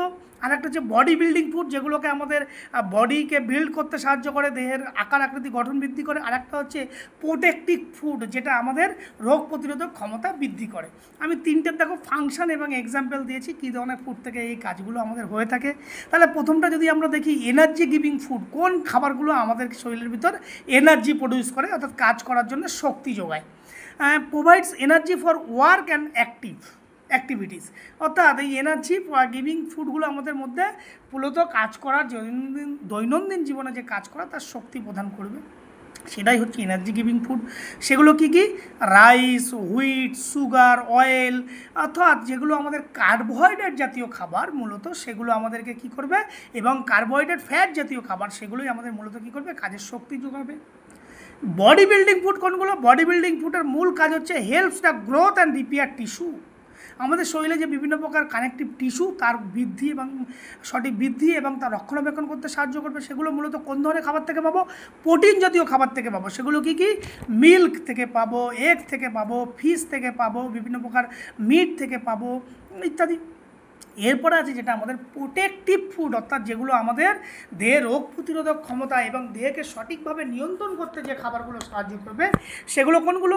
সেগুলো হচ্ছে বিভিন্ন প্রকার যেমন ভেজিটেবল, বিভিন্ন প্রকার ফ্রুটস যেগুলো আমাদেরকে সাহায্য করবে। এগুলো মূলত কোন টাইপের যদি প্রকারভেদ করে থাকি সেটা হচ্ছে মূলত আমাদের ভিটামিন জাতীয় খাবার। খুব অল্প পরিমাণে এগুলো দরকার হবে, কিন্তু এগুলো আমাদের শরীরকে ভীষণভাবে কাজে দেবে রোগ প্রতিরোধের ক্ষমতা করার জন্য। ক্লিয়ার? এরপরে দেখো আছে নিউট্রিশন বা পুষ্টি বলতে আমরা কি বুঝি। দেখো সিম্পল, পুষ্টি আমরা অনেকবার পড়েছি ছোটোবেলা থেকে। পুষ্টি কি? পুষ্টি হচ্ছে আমাদের একটা biological process. Nutrition is a biological process. সেটা কী করছে? বাই হুইচ বডি কনজিউম করছে। কি কনজিউম করছে? And absorb and utilize the nutrient function from food. এই যে ফর এনার্জি প্রোডাকশান, অর্থাৎ আমরা যে খাবারগুলো খাচ্ছি সেখান থেকে সেটা কনজিউম হওয়ার পরে সেটা শোষিত হচ্ছে। শোষিত হওয়ার পরে কী করবে? খাদ্যের যে গুণাগুণগুলো আছে সেখান থেকে কী করবে? সেটাকে বিপাকীয় কার্যকরী হিসেবে সেগুলোকে শোষণ করবে, করে আমাদের শরীরের মধ্যে কী করবে? শক্তি প্রদান করবে বা শক্তি বৃদ্ধি করবে, বিভিন্ন প্রকার ক্ষয়পূরণ করবে এবং আমাদের যে সঠিক হেলথ অর্থাৎ সঠিক যে স্বাস্থ্য আমাদের সেটাকে মেনটেন করবে। এই পুষ্টির কী কী গুরুত্ব? প্রোভাইডস এনার্জি, আমাদের মধ্যে শক্তি প্রদান করে এবং বৃদ্ধি বিকাশে সাহায্য করে, দেহকে বা আমাদের রক্ষণাবেক্ষণে মেরামত করতে সাহায্য করে। আর কি করবে? আমাদের রোগ প্রতিরোধক ক্ষমতা, ইমিউনিটি পাওয়ার ডেভেলপ করবে। আর এটা কী করবে? দেহের যে সমস্ত সকল কার্যকারিতা আছে সেগুলোকে সঠিকভাবে নিয়ন্ত্রণ করতে সাহায্য করবে। এই যে নিউট্রিয়েন্ট আমরাগুলো বলছিলাম, সেই নিউট্রিয়েন্টগুলো ফুডের মধ্যে কী কী ধরনের, কোন কোন ধরনের নিউট্রিয়েন্টস ইন ফুড, খাদ্যের পুষ্টির গুরুত্ব সেগুলো কী কী থাকে? আমরা এই যে carbohydrate, protein, fat, vitamin, minerals, water, roughage যে বা ফাইবার জাতীয় খাবার যেগুলোকে বলেছিলাম, এর আগেও তোমাদের বলেছিলাম, সেখানে একটা ছক আছে। মূলত দেখো এখানে হাইলাইটেড করা আছে সেগুলো ভিটামিনস। আমরা ভিটামিন সম্পর্কে আমাদের ডিটেলসে জানতে হবে, যদিও ভিটামিন তোমাদের সিলেবাসে আলাদা করে নেই, কিন্তু আমাদের এটা ভীষণভাবে গুরুত্বপূর্ণ। এখান থেকে কিন্তু পরীক্ষায় যে কোনো সময় একটা এমসিকিউ আসে, বিভিন্ন পরীক্ষা আমরা দেখেছি, এবং তোমাদের এই ডাব্লিউবিএসএসসি, পিজিএসকেলের ক্ষেত্রেও কিন্তু আসার সম্ভাবনা প্রবল। তাহলে ভিটামিনটা কী আমাদের জেনে নিই। ভিটামিনের প্রধান কাজ হচ্ছে আমাদের দেহকে সঠিকভাবে নিয়ন্ত্রণ করবে এবং রোগ প্রতিরোধের ক্ষমতা বৃদ্ধি করবে। এখন এই টাইপস অফ ভিটামিন এই নিউট্রিশন আমরা দুভাগে ভাগ করেছি। একটা হচ্ছে কি অটোক্রেটিক নিউট্রিশন, আর একটা হচ্ছে হেট্রোট্রফিক নিউট্রিশন। অটোক্রেটিক অটো মানে কি? অটোমেটিক। যখন যেমন ধরো উদ্ভিদ তার নিজের খাদ্য নিজেই তৈরি করে তখন তাকে আমরা বলবো অটোক্রেটিক নিউট্রিশন। আর হেট্রোক্রেটিক নিউট্রিশন যখন যেমন মানুষ বা প্রাণী আমরা যখন অন্য কোনো উৎস থেকে খাদ্য গ্রহণ করি তখন তাকে হেট্রোক্রেটিক নিউট্রিশন বলবো। এখন এই যে ভিটামিনগুলো আমরা বলছিলাম, সেই ভিটামিন আমরা কাকে বলবো বা ভিটামিন জিনিসটা কি সেটা আমাদেরকে বুঝতে হবে আগে। ভিটামিন কি? ভিটামিন আর অর্গানিক কম্পোনেন্ট। একটা হচ্ছে অর্গানিক কম্পোনেন্ট, একটা যৌগ যেটা কি করছে? রিকোয়ার ইন স্মল অ্যামাউন্ট, খুব অল্প মাত্রায় আমাদেরকে দরকার। কিসের জন্য দরকার? ফর গ্রোথ, আমাদের সঠিক বৃদ্ধির জন্য দরকার। এনার্জি প্রোডাকশান, সঠিক আমাদের শক্তি বৃদ্ধির জন্য দরকার। ইমিউনিটি পাওয়ার ডেভেলপ করার দরকার, এবং আমাদের যে নর্মাল ফাংশনিং এবং metabolic activity in human body, অর্থাৎ আমাদের যে বিপাকীয় যে কার্যাবলী, সেই বিপাকীয় কার্যাবলী সঠিকভাবে কার্যকারিতা বৃদ্ধি পাওয়ার জন্য কিন্তু ভিটামিন ভীষণভাবে জরুরি। এখন এই ভিটামিন কিন্তু আমরা যদি টাইপ ভাগ করি, মূলত ভিটামিনকে দুভাগে আমরা ভাগ করা যায়। একটা হচ্ছে ফ্যাট সলিউবল ভিটামিন, অর্থাৎ ফ্যাটে বা মানে ফ্যাটে যেগুলো দ্রবণীয়, মানে সেটা ফ্যাটের মধ্যে গুলে যায়, সেই ফ্যাটে দ্রবণীয় ভিটামিন। আর একটা হচ্ছে ওয়াটার সলিউবল ভিটামিন, যেগুলো জলে দ্রবণীয় ভিটামিন বলবো। ফ্যাটে দ্রবণীয় ভিটামিনগুলো কোনগুলো? Fat soluble vitamin. এদিকে এসো, এদিকে ভিটামিনের যে নামগুলো আমরা পড়েছি, vitamin A, vitamin D, vitamin K, এইটা হচ্ছে vitamin water, fat soluble vitamin. Water soluble vitamin কি? B and C. বি এর মধ্যে অনেকগুলো আছে, যেমন B1, B2, B3, B5, B7, B12 ইত্যাদি ইত্যাদি বিষয়গুলো। এখন এই ফ্যাট সলিউবল ভিটামিন বা তেলে দ্রবণীয় ভিটামিনগুলো যেগুলোকে বলছিলাম, সেই নামগুলো দেখো, তার পাশে তার বিভিন্ন প্রকার কী কাজ করে সেগুলো আমরা লিখে রেখেছি, সেগুলো তোমরাকে পড়ে নেবে। মূলত এখানে যে ছকটা তোমরা দেখেছো, সেই ছকের মধ্যে কিন্তু খুব গুরুত্বপূর্ণ জিনিস দেওয়া আছে। এক হচ্ছে ভিটামিন এ, তার কার্যকারিতা কী, তার উৎস কী, তার ডেফিসিয়েন্সি কী। ভিটামিন অভাবের রোগে কী কী রোগ হয় দেখো। ভিটামিনের ফাংশন কী কী করে? এক, আমাদের দৃষ্টিশক্তি বাড়ায়, রোগ প্রতিরোধক ক্ষমতা বাড়ায় এবং আমাদের ত্বককে উজ্জ্বল করে। উৎস কোথা থেকে পাবো? বিভিন্ন প্রকার ক্যারেট থেকে পাবো, পালং শাক থেকে পাবো, যকৃৎ থেকে পাবো, মাখন থেকে পাবো। কী রোগ ডেফিসিয়েন্সি হয় এর অভাবে? নাইট ব্লাইন্ডনেস, রাতকানা রোগ হয়, আমাদের ত্বক খসখসে হয়ে যায়। হ্যাঁ, এই রোগগুলো কিন্তু পরীক্ষায় কিন্তু আসতে পারে যে ভিটামিন এর অভাবে কোন রোগগুলো হয়। নিচের কোনটি ভিটামিন এর উৎস? ভিটামিন ডি দেখো ক্যালসিয়াম শোষণে সাহায্য করে এবং দাঁত ও মাড়িকে আমাদের শক্তিশালী করতে ভিটামিন ডি ভীষণভাবে প্রয়োজন। কোথা থেকে পাবো? সানলাইট। দেখো আমরা সবাই জানি সূর্যের আলো থেকে পাবো, কিন্তু মাথায় রাখতে হবে সূর্য ওঠা থেকে দুপুর 12টা পর্যন্ত কিন্তু এই ভিটামিন ডি পাওয়া যায়, তারপরে কিন্তু আর পাওয়া যায় না। আর কোথা থেকে পাবো? বিভিন্ন প্রকার ফিশ থেকে পাবো, লিভার অয়েল থেকে পাবো, এগ থেকে পাবো। এর ফলে কী রোগ হয়? মূলত অস্টিওপোরোসিস বা রিকেট ধরনের রোগ হয়। ভিটামিন কে কী করে? আমাদের অ্যান্টিটক্সিড হিসাবে কাজ করে এবং কোষের উজ্জ্বলতা বৃদ্ধি করতে সাহায্য করে। কোথা থেকে পাবো ভিটামিন কে? বিভিন্ন প্রকার ভেজিটেবল অয়েল, নাটস, সিড ইত্যাদি জায়গা থেকে পাবো। এর মধ্যে কী হয়? মাসেল উইকনেস বেশি দুর্বলিত হয়, হ্যাঁ, এবং লাল রক্তকণিকা ভেঙে যায়, আমাদের মধ্যে যে রোহিত রক্তকণিকা আছে সেটা কিন্তু ভেঙে যায়। এরপর আসে vitamin A, vitamin K, vitamin B12 এরকম পরপর দেওয়া আছে। এগুলো শুধু মনে রাখার বিষয়, এগুলো বলার কিছু নেই, বোঝানোর কিছু নেই। এগুলো তোমরা এই ছক এখানে তোমাদের একদম পরীক্ষার উপযুক্ত করে, অর্থাৎ যে নামগুলো সম্পর্কে তোমাকে আসে, সেই ভিটামিন B6 এর অভাবে কী রোগ হয়, কোন ডিজিজ হয়, কোন ডিজিজ এই রোগের জন্য দায়ী, কোন ভিটামিন, সেই বিষয়গুলো কিন্তু পরীক্ষায় আসে। একদম সেগুলো তুমি এই ছকগুলোকে পুরো মুখস্থ করে ফেলবে। এটা নিয়ে আমরা আর কোনো কথা বলছি না, নোট আমি প্রোভাইড করে দেবো। এরপরে যেটা আছে ম্যাল নিউট্রিশন বা অপুষ্টি। দেখো এই ম্যাল নিউট্রিশন পড়ার আগে তোমাদের মধ্যে হয়তো অনেকের মধ্যেই কম বেশি একটা মিসকনসেপ্ট আছে যে অপুষ্টি সাধারণত বোধ হয় যারা রুগ্ন, যারা খেতে পায় না তাদেরকে আমরা অপুষ্টি বলি। ব্যাপারটা কিন্তু সেরকম নয়। ম্যাল নিউট্রিশন, যদি আমরা এখানে দেখো কতগুলো কথা লিখেছি, ম্যাল নিউট্রিশন হচ্ছে আমাদের একটা ফিজিক্যাল কন্ডিশন, অর্থাৎ এমন একটা শারীরিক অবস্থা যেটা কী করে, that occurs when the body does not get enough nutrient, অর্থাৎ আমাদের নর্মাল জীবনযাপন করার জন্য যে পরিমাণ নিউট্রিয়েন্ট দরকার, সেই নিউট্রিয়েন্ট যখন আমাদের শরীরে থাকে না, তখন তাকে আমরা ম্যাল নিউট্রিশন বলবো।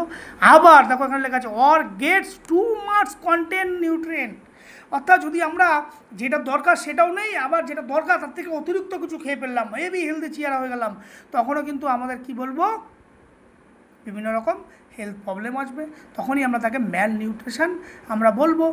ক্লিয়ার? তাহলে দেখো শুধুমাত্র রুগ্ন হলেই কিন্তু ম্যাল নিউট্রিশন বলবো না, যখন প্রয়োজনের তুলনায় এক্সেসিভ ক্যালোরি বা ফুড নিউট্রিয়েন্ট যখন সে খেয়ে ফেলবে তখন তাকে আমরা এইটাকে বলবো। এখন এই নিউট্রিশনের দেখো আমরা কতগুলো ভাগ করেছি। একটা হচ্ছে আন্ডার নিউট্রিশন।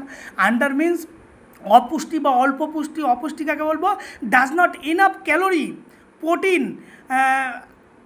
যখন আমাদের শরীরের প্রয়োজনের থেকে কম যখন ক্যালোরি আমরা প্রোভাইড করবো বা ক্যালোরি যখন খাবো, তখনই আমরা তাকে ম্যাল নিউট্রিশন বলবো। এর ফলে কী করবে? লেস স্ট্রেন গ্রোথ, আমাদের সঠিক গ্রোথ ঠিকমতো হবে না, যেমন এগুলোর আমাদের ওজন কম হবে।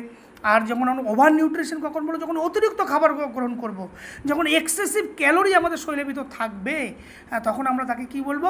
ওভার নিউট্রিশন, অতিরিক্ত পুষ্টি।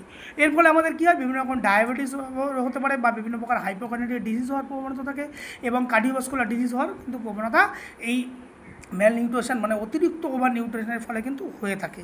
এখন এখানে দেখো সার্টেন কিছু ম্যাল নিউট্রিশন নাম আমি তোমাদেরকে দিয়েছি, সেগুলোর তার ডিটেলস ব্যাখ্যা আমি তোমাদেরকে দিয়েছি, কী কারণের জন্য হয়, কী ধরনের রোগ তোমার এখানে হতে পারে, তার দরিদ্র কারণে হতে পারে, বিভিন্ন প্রকার ডিজিজ থেকে হতে পারে, সঠিক খাদ্য অভ্যাস থেকে হতে পারে, প্রপার নলেজ অর্থাৎ প্রপার যদি সঠিক জ্ঞান তোমার মধ্যে না থাকে সঠিক ব্যালেন্স ডায়েট সম্পর্কে, তাহলে কিন্তু এই ম্যাল নিউট্রিশন হতে পারে।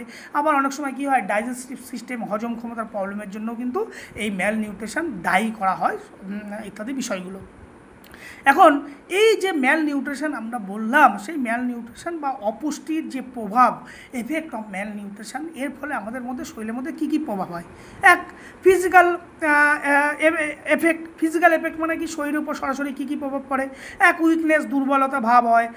আর কী হয়? মাসেল স্টেমিনা কমে যায়, হৃদরোগ হওয়ার প্রবণতা থাকে। মেন্টাল এফেক্ট কী হয়? পোর কনসেন্ট্রেশন হতে পারে, হ্যাঁ, এবং লার্নিং ডিফিকাল্টিস, বিভিন্ন শেখার ক্ষেত্রে আমাদের অসুবিধা হতে পারে। ইমিউনিটি পাওয়ার কমে যায়, রোগ প্রতিরোধক ক্ষমতা আমাদের শরীর থেকে একদম লো হয়ে যায় কিন্তু ম্যাল নিউট্রিশনের প্রভাবে। তো একটা রুগ্ন ব্যক্তি যখন আমাদের কাছে আছে, যখন আমরা বিভিন্ন প্রকার খেলাধুলার পারফরমেন্সের জন্য দিই, তখন কিন্তু দেখা যাচ্ছে ভালো পারফর্ম করে না। তো সেই ক্ষেত্রে কিন্তু এই জন্য দায়ী।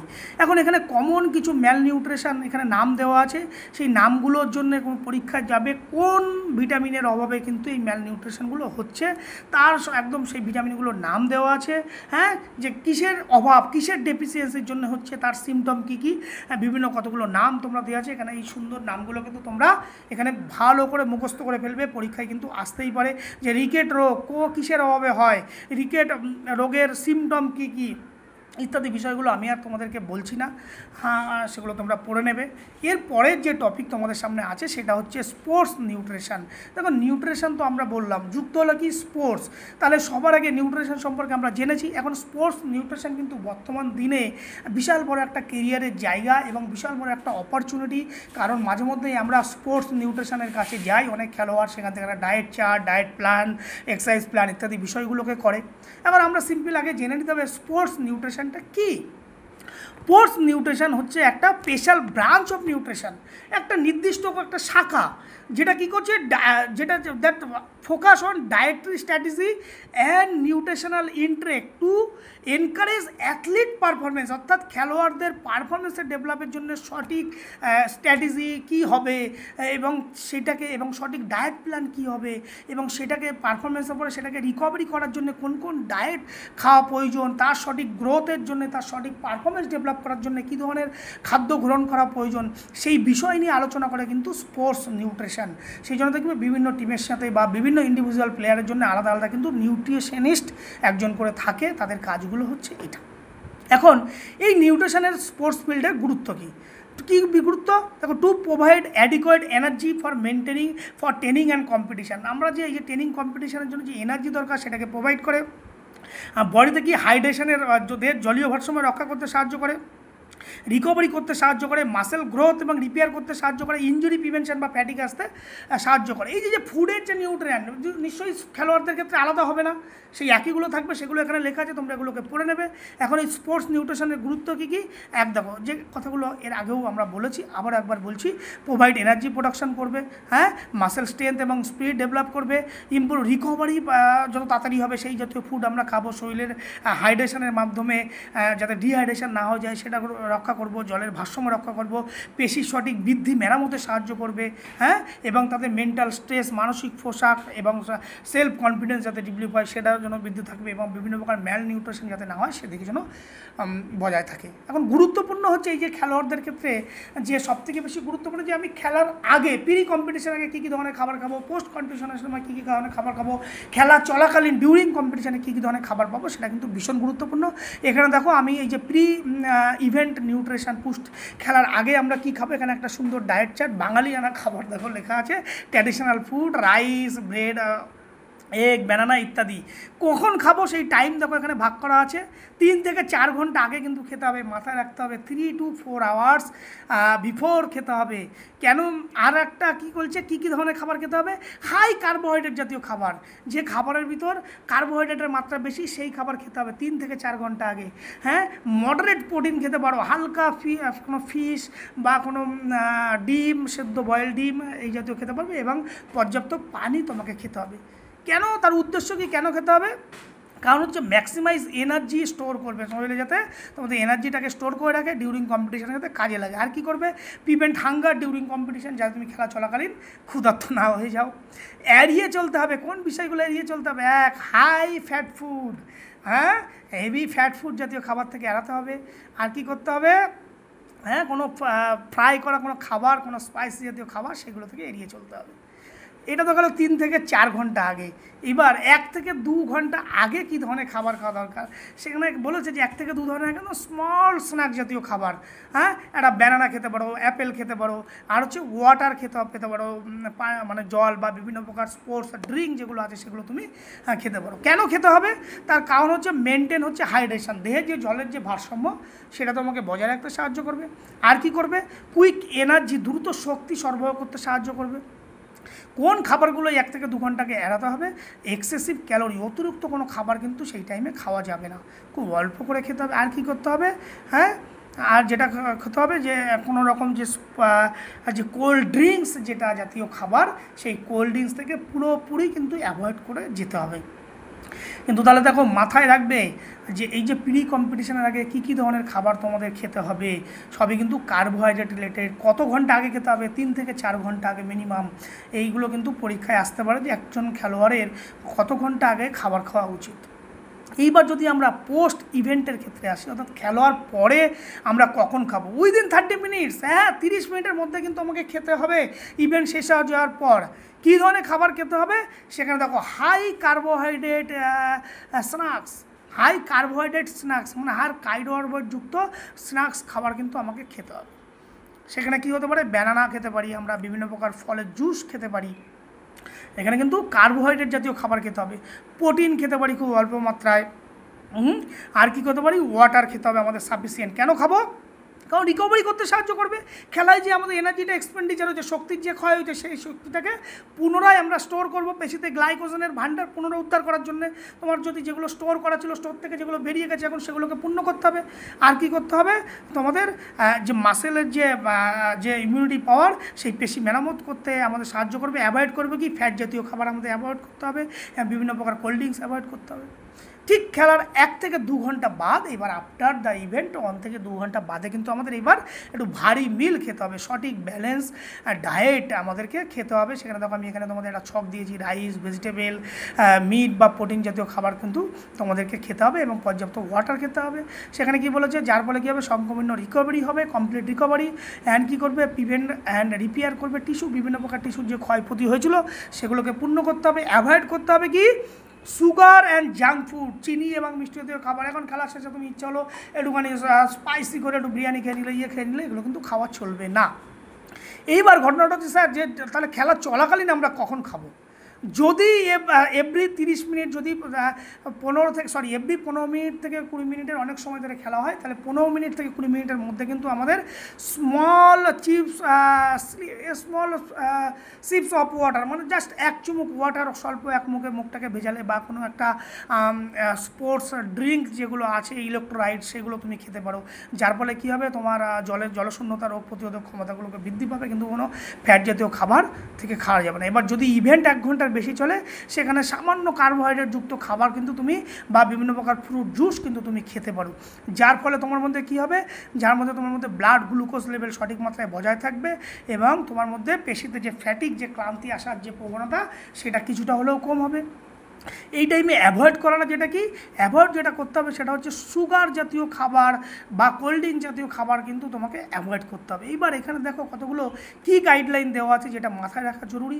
সেটা হচ্ছে সেগুলো তোমরা এগুলো দেখে নেবে, যে দ্য রিকভারি উইন্ডো উইদিন 30 থেকে 60 মিনিট আফটার অ্যাক্টিভিটি, শক্তি পুনরুদ্ধার করে, পেশি মেরামত করে, জল ব্যায়াম করে ইত্যাদি। শ্রেষ্ঠ খাবার, বেস্ট খাবার কোনটা? এখানে দেখো কতগুলো গুরুত্বপূর্ণ হয়েছে। কার্বোহাইড্রেট আর primary for athlete, carbohydrate primary source for energy, protein কী করে? রিপেয়ার করে, মাসেল রিকভারি করতে সাহায্য করে। আর জল কী করে? হাইড্রেশন, অর্থাৎ ডিহাইড্রেশন যাতে না হয়ে যায়, জলের ভারসাম্য বজায় রাখতে কিন্তু সাহায্য করে। ক্লিয়ার? এই হলো তোমাদের নোটস। এরপরে ছোট্ট আরেকটা বিষয় আছে, সেটা বলবো। তাহলে এগুলো থেকে আশা করি তোমাদের কোনো প্রবলেম হবে না।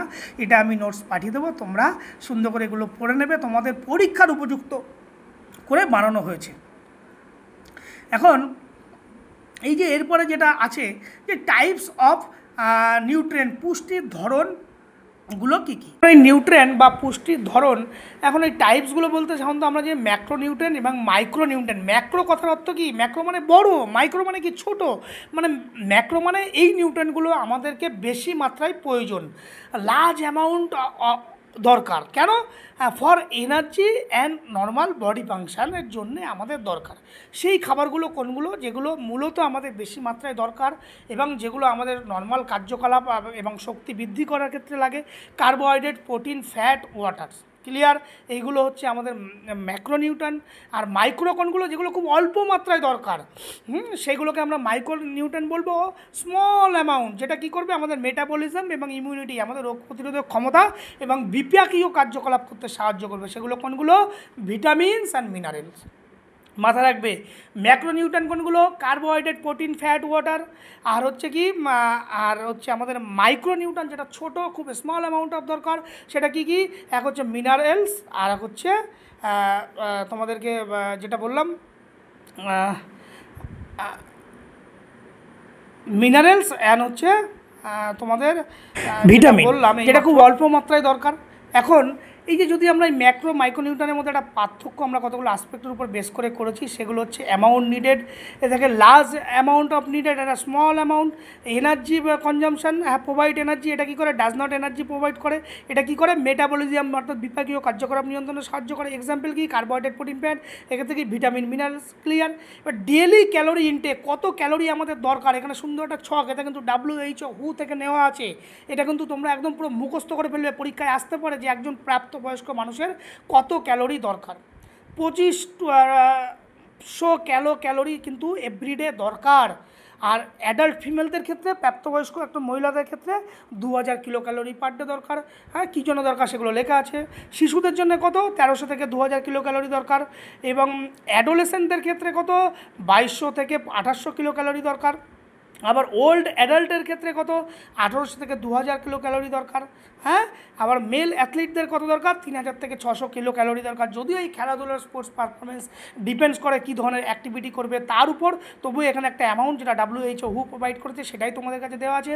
এই ইনফরমেশানগুলো কিন্তু তোমরা কোথাও শেয়ার করবে না, অনেক কষ্ট করে বিভিন্ন জায়গার সোর্স থেকে কিন্তু এগুলো নেওয়া হয়েছে শুধুমাত্র তোমাদের জন্যেই। ক্লিয়ার। এরপরে দেখো এই যে বিষয়গুলোকে বললাম, এরপরে যদি ফিমেল অ্যাথলিটদের ক্ষেত্রে দেখি কত দরকার কিলো ক্যালোরি, 2500 থেকে 4500 কিলো ক্যালোরি দরকার। আবার কোনো এন্ডুরেন্স অ্যাথলিট তার ক্ষেত্রে কত দরকার, 3500 থেকে 8000 কিলো ক্যালোরি। আবার যদি কেউ স্ট্রেংথ ট্রেনিং করে অর্থাৎ তাদের ক্ষেত্রে কত দরকার, 3000 থেকে 5000 কিলো ক্যালোরি দরকার।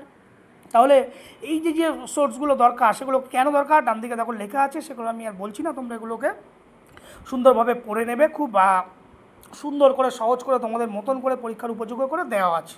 এখন এই যে ফ্যাক্টরগুলো যেগুলো বলছিলাম যে কিসের উপরে এই কিলো ক্যালোরিগুলো দেওয়ার দরকার, ডিপেন্ড করছে তোমার বয়স, তোমার লিঙ্গ, তোমার অ্যাক্টিভিটি লেভেল, কী ধরনের কার্যকলাপ করছো এবং তোমার বর্তমান হেলথ কন্ডিশন কী, তার উপর ডিপেন্ড করে কিন্তু এই কিলো ক্যালোরিগুলো একটু এদিক ওদিক হতে পারে, কিন্তু ভ্যালুগুলো কিন্তু এটা কিন্তু মুখস্থ করবে। এখন এই কিলো ক্যালোরি বের করার একটা সোজা ফর্মুলা তোমাদের এখানে দেখো একটা ছক দেওয়া আছে, যে কার্বোহাইড্রেট যদি 1 গ্রাম খাও তাহলে 4 কিলো ক্যালোরি তুমি শক্তি পাবে। প্রোটিন যদি 1 গ্রাম খাও তাহলে 4 কিলো ক্যালোরি শক্তি পাবে। ফ্যাটের ক্ষেত্রে দেখো সবথেকে বেশি শক্তি দিচ্ছে 1 গ্রাম ফ্যাট যদি তুমি খাও 9 কিলো ক্যালোরি কিন্তু তোমার মধ্যে শক্তি প্রডিউস করবে। ক্লিয়ার। এখন এই যে নিউটনগুলো বললাম, এই অ্যাথলিটের জন্য পুষ্টির কেমন বন্টন হওয়া দরকার। কার্বোহাইড্রেট কত পার্সেন্ট দরকার, 55 থেকে 65। প্রোটিন কত দরকার, 12 থেকে 20%। ফ্যাট কত দরকার, 20 থেকে 30%। ক্লিয়ার। এই ছকটা কিন্তু তোমরা মুখস্থ করে ফেলবে। এইবার যে আর একটা যেটা টপিক ছিল, ছোট্ট একটা টপিক, এই যে কার্বোহাইড্রেট, প্রোটিন, ফ্যাট যেগুলোকে বলেছিলাম সেইগুলোর রোল স্পোর্টস পারফরমেন্সের ক্ষেত্রে কী কী ভূমিকা পালন করে সেগুলো দেখো এখানে তোমাদেরকে দেওয়া আছে। যে কি করে কার্বোহাইড্রেট মূলত আমাদেরকে এনার্জি প্রডিউস করে, আর কি করছে, মাসেলসের যেটা আমাদের শরীরে শক্তি বৃদ্ধি করে এবং নর্মাল কর্মক্ষমতা কাজ চালানোর জন্য করে। প্রোটিন কী করে, মাসেলকে রিপেয়ার করতে সাহায্য করে, হ্যাঁ, এবং বিভিন্ন প্রকার যে ইমিউনিটি সিস্টেম সেটাকে ডেভেলপ করতে করে। ফ্যাট কী করে, আমাদের শক্তি প্রদান করতে সাহায্য করে এবং দীর্ঘ সময় শক্তি সরবরাহ করে, এবং বিভিন্ন প্রকার হরমোনাল উৎসগুলো যেগুলো থেকে বিভিন্ন প্রকার হরমোন সেগুলোকে মেনটেন করতে সাহায্য করে। এরপরে আছে মিনারেল খনিজ পদার্থ কী করে সেগুলো ইত্যাদি লেখা আছে, আমি আর এগুলোকে বলছি না, এগুলো খুব একটা না। আর এখানে দেখো তোমাদের MCQ এই যে বিষয়গুলোকে পড়ানো হলো সেখান থেকে প্রায় 400 এত ইম্পর্টেন্ট MCQ দেওয়া আছে সমস্ত বিষয়ে ঘুরিয়ে ফিরিয়ে এদিক সেদিক থেকে, যাতে তোমাদের কোনো প্রকার সমস্যা না হয়। পরীক্ষায় যে কোনো ধরনের প্রশ্ন আসলেই তোমরা যাতে খুব সহজেই সেই প্রশ্নগুলোর সঠিক উত্তর তোমরা দিতে পারো, সেগুলো এখানে করা দেওয়া আছে। তোমরা এগুলোকে ভালো করে পড়ে নেবে, বহু কষ্ট করে এগুলোকে তৈরি করা হয়েছে। তাই এইবার সরাসরি আমরা চলে যাব আমাদের আজকের যে ক্লাস, সেই ক্লাসের যে পড়ানো হলো সেই বিষয় থেকেই যে পর্যাপ্ত যে নোটস, যে MCQ টুডে কুইজ হিসাবে প্রতিদিন থাকে, সেই টুডে কুইজ আমি আশা করব তোমরা সবাই এখানে মাইক্রোফোন অন করবে এবং সবাই তোমরা সেখানে রেসপন্স করবে সঠিক উত্তরটা দেওয়ার, এবং কত ফাস্ট তোমরা দিতে পারছো সেটা কিন্তু দেখা হবে। ক্লিয়ার, সবাই উত্তর দেবে। তাহলে আমরা শুরু করি। যে আজকের যে কুইজ ছিল সেখান থেকে মোটামুটি এখানে 60টা MCQ রাখা আছে, যা পড়ানো হয়েছিল সেই মতো করেই রাখা আছে, তাই তোমাদের পড়াটাকে আর একটু ঝালিয়ে নেওয়া যায়। 1 নম্বর, which of the following is the primary benefit of regular physical activity. আমাদের শারীরিক কার্যকলাপের প্রধান উপকারিতা কী? অপশান এ সঠিক উত্তর, ইনক্রিজ বোন ডেন্সিটি, অর্থাৎ হাড়ের ঘনত্ব বৃদ্ধি করে, অর্থাৎ হাড় যে ক্যালসিয়াম ফসফরাস নিয়ে গঠিত হয় তার যে ঘনত্ব সেটাকে বৃদ্ধি করে। তাহলে সঠিক উত্তর option A. Okay, very good. Next, যদি আমরা দেখি পরের কোশ্চেন অর্থাৎ question number 2, physical activity help to prevent hypokinetic disease by, শারীরিক ক্রিয়াকলাপ হাইপোকাইনেটিক রোগ প্রতিরোধ করে কীভাবে, সেটা সঠিক উত্তর এখানে যে অপশানগুলো দেওয়া আছে সেটা হচ্ছে অপশান এ, ইমপ্রুভ কার্ডিওভাস্কুলার হেলথ, হৃৎপিণ্ডের স্বাস্থ্য উন্নত করে। Clear. Question number 3, which health benefit is directly related to mental wellbeing, মানুষের সুস্থতার সাথে সরাসরি সম্পর্কিত নয় কোন স্বাস্থ্যর উপকারিতা। মানসিক স্বাস্থ্য বলেছে, দেখো ভালো করে পড়বে। তাহলে এখানে যে অপশানগুলো দেওয়া আছে তার মধ্যে থেকে সঠিক উত্তর হচ্ছে option A, reduce stress and anxiety. Very good, যেহেতু মেন্টাল হেলথ বলেছে। এবার next question number 4, how much moderate physical activity recommended per week বলেছে ফর অ্যাডাল্ট, কতক্ষণ করবে per week, everyday 30 minutes per week, কত হবে 150, 150 মিনিট। এর আগে আমরা পড়ানোর সময় বলেছি WHO হু সাজেস্ট করে, তাহলে option C is the correct answer. Very good. Next question number 6, social benefit for physical activity, social benefit কী আছে, এখানে যে অপশানগুলো দেওয়া আছে দেখো তার মধ্যে সঠিক উত্তর কী হবে, option A, encourage team work and reduce loneliness, অর্থাৎ দলগত কাজের শিক্ষা এবং একাকিত্ব দূর। Question number 6, which disease does not hypokinetic in nature, কোন ডিজিজটি হাইপোকাইনেটিক নেচার নয়। এখানে দেখো সমস্ত রোগগুলোই হাইপোকাইনেটিক ডিজিজ, শুধুমাত্র option C, asthma is not a hypokinetic disease, তাহলে option C is the correct answer. Very good, very good. Next question number 7, emotional health improve through physical activity because, emotional health improve through physical activity, আবেগীয় স্বাস্থ্য উন্নতি হয় কারণ, এখানে যে option দেখো emotional health বলেছে, তাহলে সঠিক উত্তর কী হবে, option A, boost self steam and self confidence. Clear, very good. এরপরে কোশ্চেন নাম্বার 8, দেখো কোশ্চেন নাম্বার 8 কী বলেছে, রেগুলার অ্যারোবিক এক্সারসাইজ ইমপ্রুভ, যদি নিয়মিত তুমি অ্যারোবিক এক্সারসাইজ করো তাহলে কী ইমপ্রুভ হবে। এখানে যে অপশানগুলো আছে, aerobic exercise always cardiovascular endurance. Very good. Next question number 9, which of the following is A skill related component of fitness, এর আগের দিন কিন্তু ম্যাডাম তোমাদের পড়িয়েছিল স্কিল রিলেটেড ফিটনেস কম্পোনেন্ট কোনটা, এজিলিটি, যেগুলো আছে সবই হচ্ছে health related fitness. Question number 10, which of the following physical activity most effective for improving বোন ডেন্সিটি, বোন ডেন্সিটির কথা বলেছে, হাড়ের ঘনত্ব বৃদ্ধি করবে কোন ধরনের এক্সারসাইজ, অবভিয়াসলি কী হবে, weight burning exercise. Very good. Question number 11, which of the following is an example of aerobic exercise, aerobic exercise কী হবে, স্প্রিন্টিং না জগিং, অ্যারোবিক অলওয়েজ কী হবে, জগিং এক্সারসাইজ। স্প্রিন্টিং কী হবে, স্প্রিন্ট তো অ্যানারোবিক এক্সারসাইজ। এই ডিফারেন্সগুলো কিন্তু মাথায় রাখতে হবে।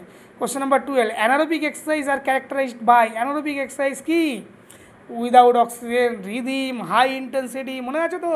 তাহলে এখানে যে অপশানগুলো দেওয়া আছে তার মধ্যে দেখো option C, high intensity for short duration, কারণ ডিউরেশন কম, ইন্টেন্সিটি কী হবে, অলওয়েজ বেশি হবে। Very good. Question number 13, which energy system is primarily use during anaerobic exercise, anaerobic এক্সারসাইজের সময় কোথা থেকে এনার্জি এগুলো প্রডিউস হয়, পড়ানোর সময় বলেছি, বলো। কী হবে এটা, glycolytic system. Very good. Question number 14, which exercise improve both aerobic and anaerobic capacity, কোনটা বোথ অ্যারোবিক অ্যানারোবিক ক্যাপাসিটি ক্ষমতা বাড়ায়, অবভিয়াসলি কী হবে, ইন্টারভাল ট্রেনিং। মনে আছে টাইপস অফ অ্যাক্টিভিটি, ফিজিক্যাল অ্যাক্টিভিটিকে আমরা ভাগ করেছিলাম, সেখানে 2 ধরনের পেয়েছিলাম, interval method. Very good.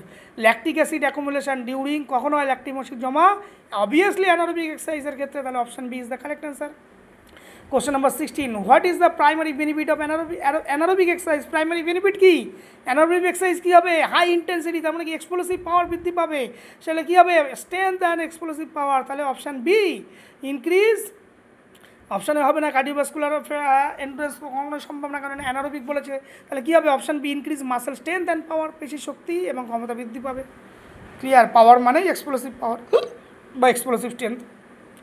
Question number 17, এরপরে দেখো অ্যানারোবিক বলেছে, অ্যানারোবিক আর অ্যারোবিক হলেই তোমাদের এন্ডুরেন্সের সম্পর্ক যুক্ত হতো। Very good, very good. Question number 17, which is not A aerobic exercise, নিচের কোনটি অ্যারোবিক এক্সারসাইজ নয়, অ্যারোবিক এক্সারসাইজ নয়, কী হবে এখানে দেখো, সুইমিং, সাইকেলিং, স্প্রিন্টিং, ড্যান্সিং, এখানে কী হবে অ্যারোবিক এক্সারসাইজ নয় বলেছে, sprinting. Clear? Question number 18, what is the key fuel source during aerobic exercise? Aerobic এক্সারসাইজের কি ফুয়েল সোর্স কোথা থেকে আসে? কি বার্ন হয়ে অ্যারোবিক এক্সারসাইজ আমরা করি? অবভিয়াসলি ফ্যাট, চর্বি বার্ন হয়ে আমরা অ্যারোবিক এক্সারসাইজ করি। হ্যাঁ, কিন্তু সেটা কিন্তু মাথায় রাখতে হবে। তাহলে option A is the correct answer. আর গ্লাইকোলাইজেশন কী হবে? অ্যানারোবিকের ক্ষেত্রে হবে, মাথায় রাখতে হবে কিন্তু, এগুলো ভুললে চলবে না। ক্লিয়ার? এরপরে দেখুন question number 19, anaerobic exercise mainly use when energy source? anaerobic exercise mainly use which energy source? কোন সোর্স থেকে আসে? Muscle glycogen. Question number 20, aerobic exercise benefit the body by? Aerobic exercise করলে কী হয়? আমাদের স্ট্রেংথেনিং দ্য হার্ট এবং lung function, শরীরকে হৃৎপিণ্ড এবং ফুসফুসকে শক্তিশালী করে। Option A is the correct answer. Question number next question number হচ্ছে 21 কোশ্চেন বলেছে which type of exercise improve joint flexibility? কোনটি জয়েন্ট ফ্লেক্সিবিলিটি ডেভেলপ করে? Range of motion. কী করবে? Stretching type exercise. তাহলে option A is the correct answer. Very good. Question number 22, strength training primarily develop? Strength training প্রধানত কী উন্নত করে? Obviously muscular strength. তাহলে কী হবে? পেশি শক্তি। তাহলে option B is the correct answer. Very good. Question number 23, which an example of weight burning exercise?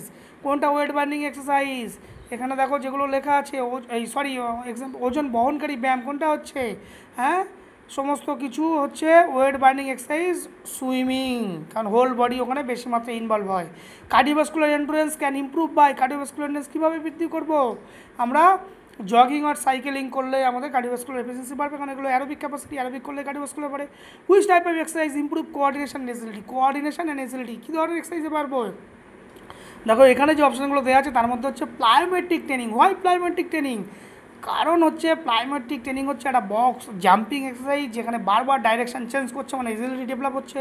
আর একটা কন্টিনিউয়াসলি করতে হচ্ছে একটা রিদম মেনে, সেখানে একটা কী হবে? কোঅর্ডিনেশন, সমন্বয়, মাসেল বডির মধ্যে একটা সমন্বয় তৈরি হবে। তার মানে ওই জন্য plyometric exercise the correct answer. Next question number 26, what is the primary goal of resistance training? Resistance ট্রেনিংয়ের প্রাইমারি গোল মানে প্রাইমারি লক্ষ্যটা কী? এখানে যে অপশানগুলো দেওয়া আছে তার ভিতর দেখো সবথেকে সঠিক উত্তর হচ্ছে হ্যাঁ, এখানে দেখো যে অপশানগুলো দেওয়া আছে যে তার মধ্যে হচ্ছে পেশি শক্তি। রেজিস্ট্যান্স ট্রেনিং মানে কি? পেশির শক্তি এবং আকার বৃদ্ধি পাবে, মাসল হাইপারট্রফি হবে, আকার সাইজে বেড়ে যাবে। তাহলে option A is the correct answer. Very good. Next question number 27, balance exercise are specifically recommended for? Balance exercise কাদের ক্ষেত্রে রেকমেন্ডেড করবো? আমরা পড়ার সময় পড়লাম ওল্ড আর অ্যাডাল্ট, ওল্ড এজের ক্ষেত্রে। Question number 28, which type of exercise is yoga classified under? Yoga কোন ধরনের এক্সারসাইজ করে? ফ্লেক্সিবিলিটি অ্যান্ড ব্যালেন্সিং ট্রেনিং, নমনীয়তা এবং ব্যালেন্সিং এবিলিটি ডেভেলপ করতে সাহায্য করে। Plyometric exercise most effective for developing কী করে? Explosive power and speed. তাহলে option is the correct answer. Very good. Question number 30, swimming is an excellent exercise for whole body workout? Very good. Option A is the correct answer. Question number 31, what is the primary causes of weight gain? ওজন বৃদ্ধির প্রধান কারণ কি? Excessive calorie intact, অতিরিক্ত খাবার intake করি। তাহলে option is the correct answer. Very good. Question number 32, which of the following is a healthy strategy for weight loss? ওজন কমানোর জন্য নিচের কোনটি স্বাস্থ্যকর কৌশল? ওজন কমানোর জন্য সবার আগে কী করতে হবে? সঠিক ব্যালেন্স ডায়েট, সুষম খাদ্য খেতে হবে। Option A is the correct answer. সঠিক খাদ্য না খেলে তো আমাদের নিশ্চয় ওজন নিয়ন্ত্রণ হবে না। ক্লিয়ার? বেশ, তাহলে option A is the correct answer. Next question number 33, দেখো বেসাল মেটাবলিক রেট বিএমআর সেটা কী করে? আমরা যখন রেস্টিং কন্ডিশন থাকি তখন বেঁচে থাকার জন্য যে একদম ন্যূনতম যে শক্তি দরকার সেগুলোকে প্রোভাইড করে বিএমআর, তাকে আমরা বেসাল মেটাবলিক রেট বলি। এখন তাহলে এখানে কী হবে? অপশানে calorie burn at rest, option A is the correct answer. Okay, very good. Question number next question number হচ্ছে 34, which nutrient is most important for muscle building during wait management? Muscle building বলেছে, wait ম্যানেজমেন্টের জন্য muscle build করছে। Muscle build কে করে? হ্যাঁ, muscle build করে always K? Option A protein, সেটাকে manage করতে হবে। অপশানে মাসেল বিল্ড আপ করে কে? খাদ্যের যে নিউট্রিয়েন্টগুলো ছিল সেটাকে protein. Option A is the correct answer. Next question number 35, which hormone প্রাইমারলি regulate the appetite মানে ক্ষুধা অ্যান্ড বডি ওয়েট? কোন হরমোন নিয়ন্ত্রণ করে তোমরা জানো এখানে? Option A leptin hormone. একদম মুখস্থ করে ভালো, লেপটিন হরমোন কিন্তু আমাদের ক্ষুধা এবং বডি ওয়েটটাকে কন্ট্রোল করতে বা মেনটেন করতে সাহায্য করে। Clear? Next question number 36, what is the role, what does physical activity play in weight management? কী রোল প্লে করে ওয়েট ম্যানেজমেন্টের ক্ষেত্রে? হ্যাঁ, এখানে কী যে অপশানগুলো দেওয়া রয়েছে তার মধ্যে সবথেকে অ্যাপ্রোপ্রিয়েট অপশান হচ্ছে আমাদের increase, option A. Next question number 37, which of the following is the unhealthy weight loss method? কোনটা আনহেলদি ওয়েট লস মেথড? কী হবে? ক্রাশ ডায়েটিং, হঠাৎ করে কেউ ডায়েট প্ল্যান করলো, হ্যাঁ, তাহলে option A is the correct answer. Question number 38, what is BMI stand for? BMI stand কী বলছে? বিএমআই বডি মাস ইন্ডেক্স, হ্যাঁ, বডি মাস ধরো অপশান এ দেহের ভর সূচক। Option A is the correct answer. Question number 39, BMI range indicate obesity. Obesity কী বলেছিলাম? 30-এর বেশি হলে তাহলে above 30। Option is the correct answer. Question number 40, body composition refers to? Body composition বলতে কী বুঝি? Proportion of body fat, muscle, bone of the body. Option is the correct answer. Question number 41, obesity primarily caused by? obesity কেন বলছি? excessive calorie intake and low physical activity. 42, BMI value, normal body weight কী বলেছিলাম? 18.5 থেকে 24.9. Option is the correct answer. 43, body fat percentage is an important indicator for কী করবে? health and coronary disease. সেটা option A is the correct answer. Clear? Next question number 44,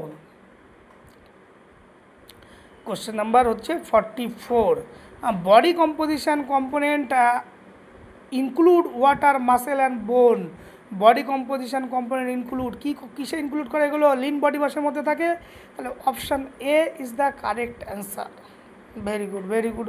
45, which method is commonly use to measure body fat percentage? কোন method commonly use হয়? Option A skin fold caliper. Very good. 46, high body fat percentage increase the risk of? High body fat percentage মানে মোটা obesity.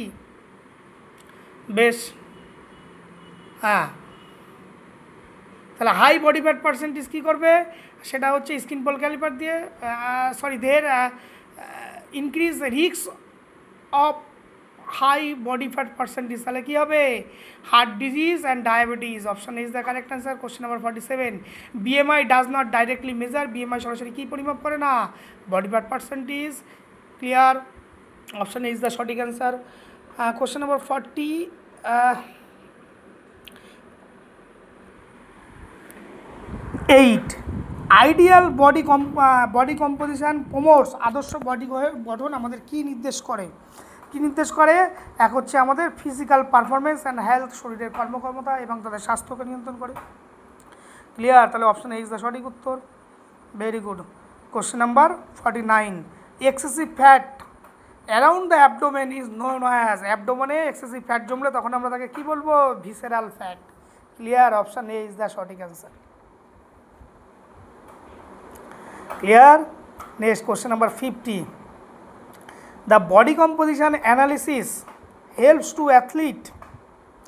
Body composition থেকে কী বিশ্লেষণ করতে সাহায্য করে? তোমরা অনেকবার বলেছি আমরা। Option A optimise the performance and reduce risk of injury. Option A is the correct answer. 51, what is balance diet? সুষম খাদ্য কী? ব্যালেন্স ডায়েট কী বলেছিলাম? অল খাদ্যের সমস্ত নিউট্রিয়েন্ট থাকবে, তাহলে option A all nutrient are include. Question number 52, which nutrient provide the most energy per gram? কে দেয় বলেছিলাম? এক নম্বর হচ্ছে ফ্যাট, তাহলে option A is the correct answer. Clear? Which vitamin is essential for vision? আমাদের ভীষণ চোখের জন্য দৃষ্টিশক্তি, vitamin A. Option A is the correct answer. 54 question number, the most important bone health include? Bone health বলেছিল কীভাবে? Calcium and phosphorus. Very good. তারপরে হচ্ছে কি, which nutrient help the muscle repair? Muscle repair কে করে? Always protein. Option A. Very good. Question 58, dietary fibre helps কী করে? Dietary fibre বলো। ডায়েটরি ফাইবার মূলত যেটা আমরা পড়ানোর সময় বলেছিলাম, হ্যাঁ, হজম শক্তি, বিপাকীয় কার্যকলাপ, ইমপ্রুভিং কী করবে? ইমপ্রুভিং ডাইজেস্টিভ সিস্টেম বা মেটাবলিজম, ইমপ্রুভিং ডাইজেশন, এখানে যে অপশানটা আছে হজম ক্ষমতা উন্নত করে। মাথায় রাখবে কিন্তু ফাইবার জাতীয় খাবার কখনোই মাসেল বিল্ড করে না, প্রোটিন মাসেল বিল্ড করে। Clear, option A is the correct answer. Next question number, এরপরে যখন কোশ্চেন নাম্বারটা আছে সেটা হচ্ছে 57-এ কী বলা আছে, excessive intake of which vitamin can cause toxicity কোন ধরনের ভিটামিনগুলো হবে টক্সিসিটি? অলওয়েজ, যে ভিটামিনের যে টাইপ বলেছিলাম, ওয়াটার সলিউবেল না ফ্যাট সলিউবেল? অবভিয়াসলি টক্সিসিটি তৈরি হয় ভিটামিন ফ্যাট সলিউবেল থেকে। ADE কে মনে আছে? Vitamin, fat soluble vitamin, water soluble vitamin, fat soluble vitamin হচ্ছে carbohydrate, protein, fat. Clear. Next 58, which food groups rich in carbohydrate? কোন খাবারে কার্বোহাইড্রেট বেশি থাকে? কোন খাবারে থাকে? সাধারণত বাঙালি খাবারে ভাত, আটা, শস্য। হ্যাঁ, ক্লিয়ার। 59, water soluble vitamin. হ্যাঁ, ওয়াটার সলিউবেল ভিটামিন, জলে দ্রবণীয় ভিটামিন গ্রহণ করব আমরা। কেন গ্রহণ করব? হ্যাঁ, কনজিউম করতে হবে ডেলি আর not store in the body. দেশ কিন্তু সঞ্চিত হয় না, অপশানে correct. Last question, malnutrition is caused by? অপুষ্টি। কী কারণ হয়? Lack of balance diet.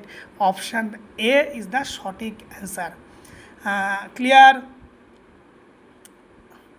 তাহলে এই হলো মূলত আজকে আমাদের ক্লাস। এই যে তোমাদের হেলথ এডুকেশনের যে সিলেবাস তোমাদের কাছে আছে, যে সিলেবাস তোমরা দেখছো, এই সিলেবাস তাহলে আমাদের মোটামুটি কমপ্লিট। আই হোপ তোমাদের আর এই সম্পর্কে আর কোনো ইনফরমেশান বোধহয় বুঝতে অসুবিধা নেই। যদি তোমাদের এর আগের 1-2 পার্টে কিছু তোমাদের বুঝতে বা প্রয়োজন হয় তাহলে নিশ্চয়ই আমাকে জানাবে, আমি তোমাদেরকে বলে দেবো। এবং এই নোটস, আগের যেটা নোটস তোমাদেরকে দেওয়া হয়েছে ইউনিট ডে 1, ডে 2, সেই নোটসগুলোকে যদিও আমি আমার মতো করে তোমাদেরকে এখনও দিইনি, আমি সেগুলোকে গ্রুপে পাঠিয়ে দেবো, তোমরা সেগুলোকে পড়বে ভালো করে। তাহলে আজকে আশা করি ক্লাসটা তোমরা বুঝতে পেরেছো। থ্যাংক ইউ সবাইকে ক্লাসটা করার জন্যে, এবং এমবি কোচিং ক্লাসে সবাইকে স্বাগত। এবং আমাদের সাথে যারা ইউটিউব চ্যানেলে এই ভিডিওটা দেখবে তারা ভিডিওটা শেষ পর্যন্ত দেখার জন্য তাদেরকেও অসংখ্য ধন্যবাদ।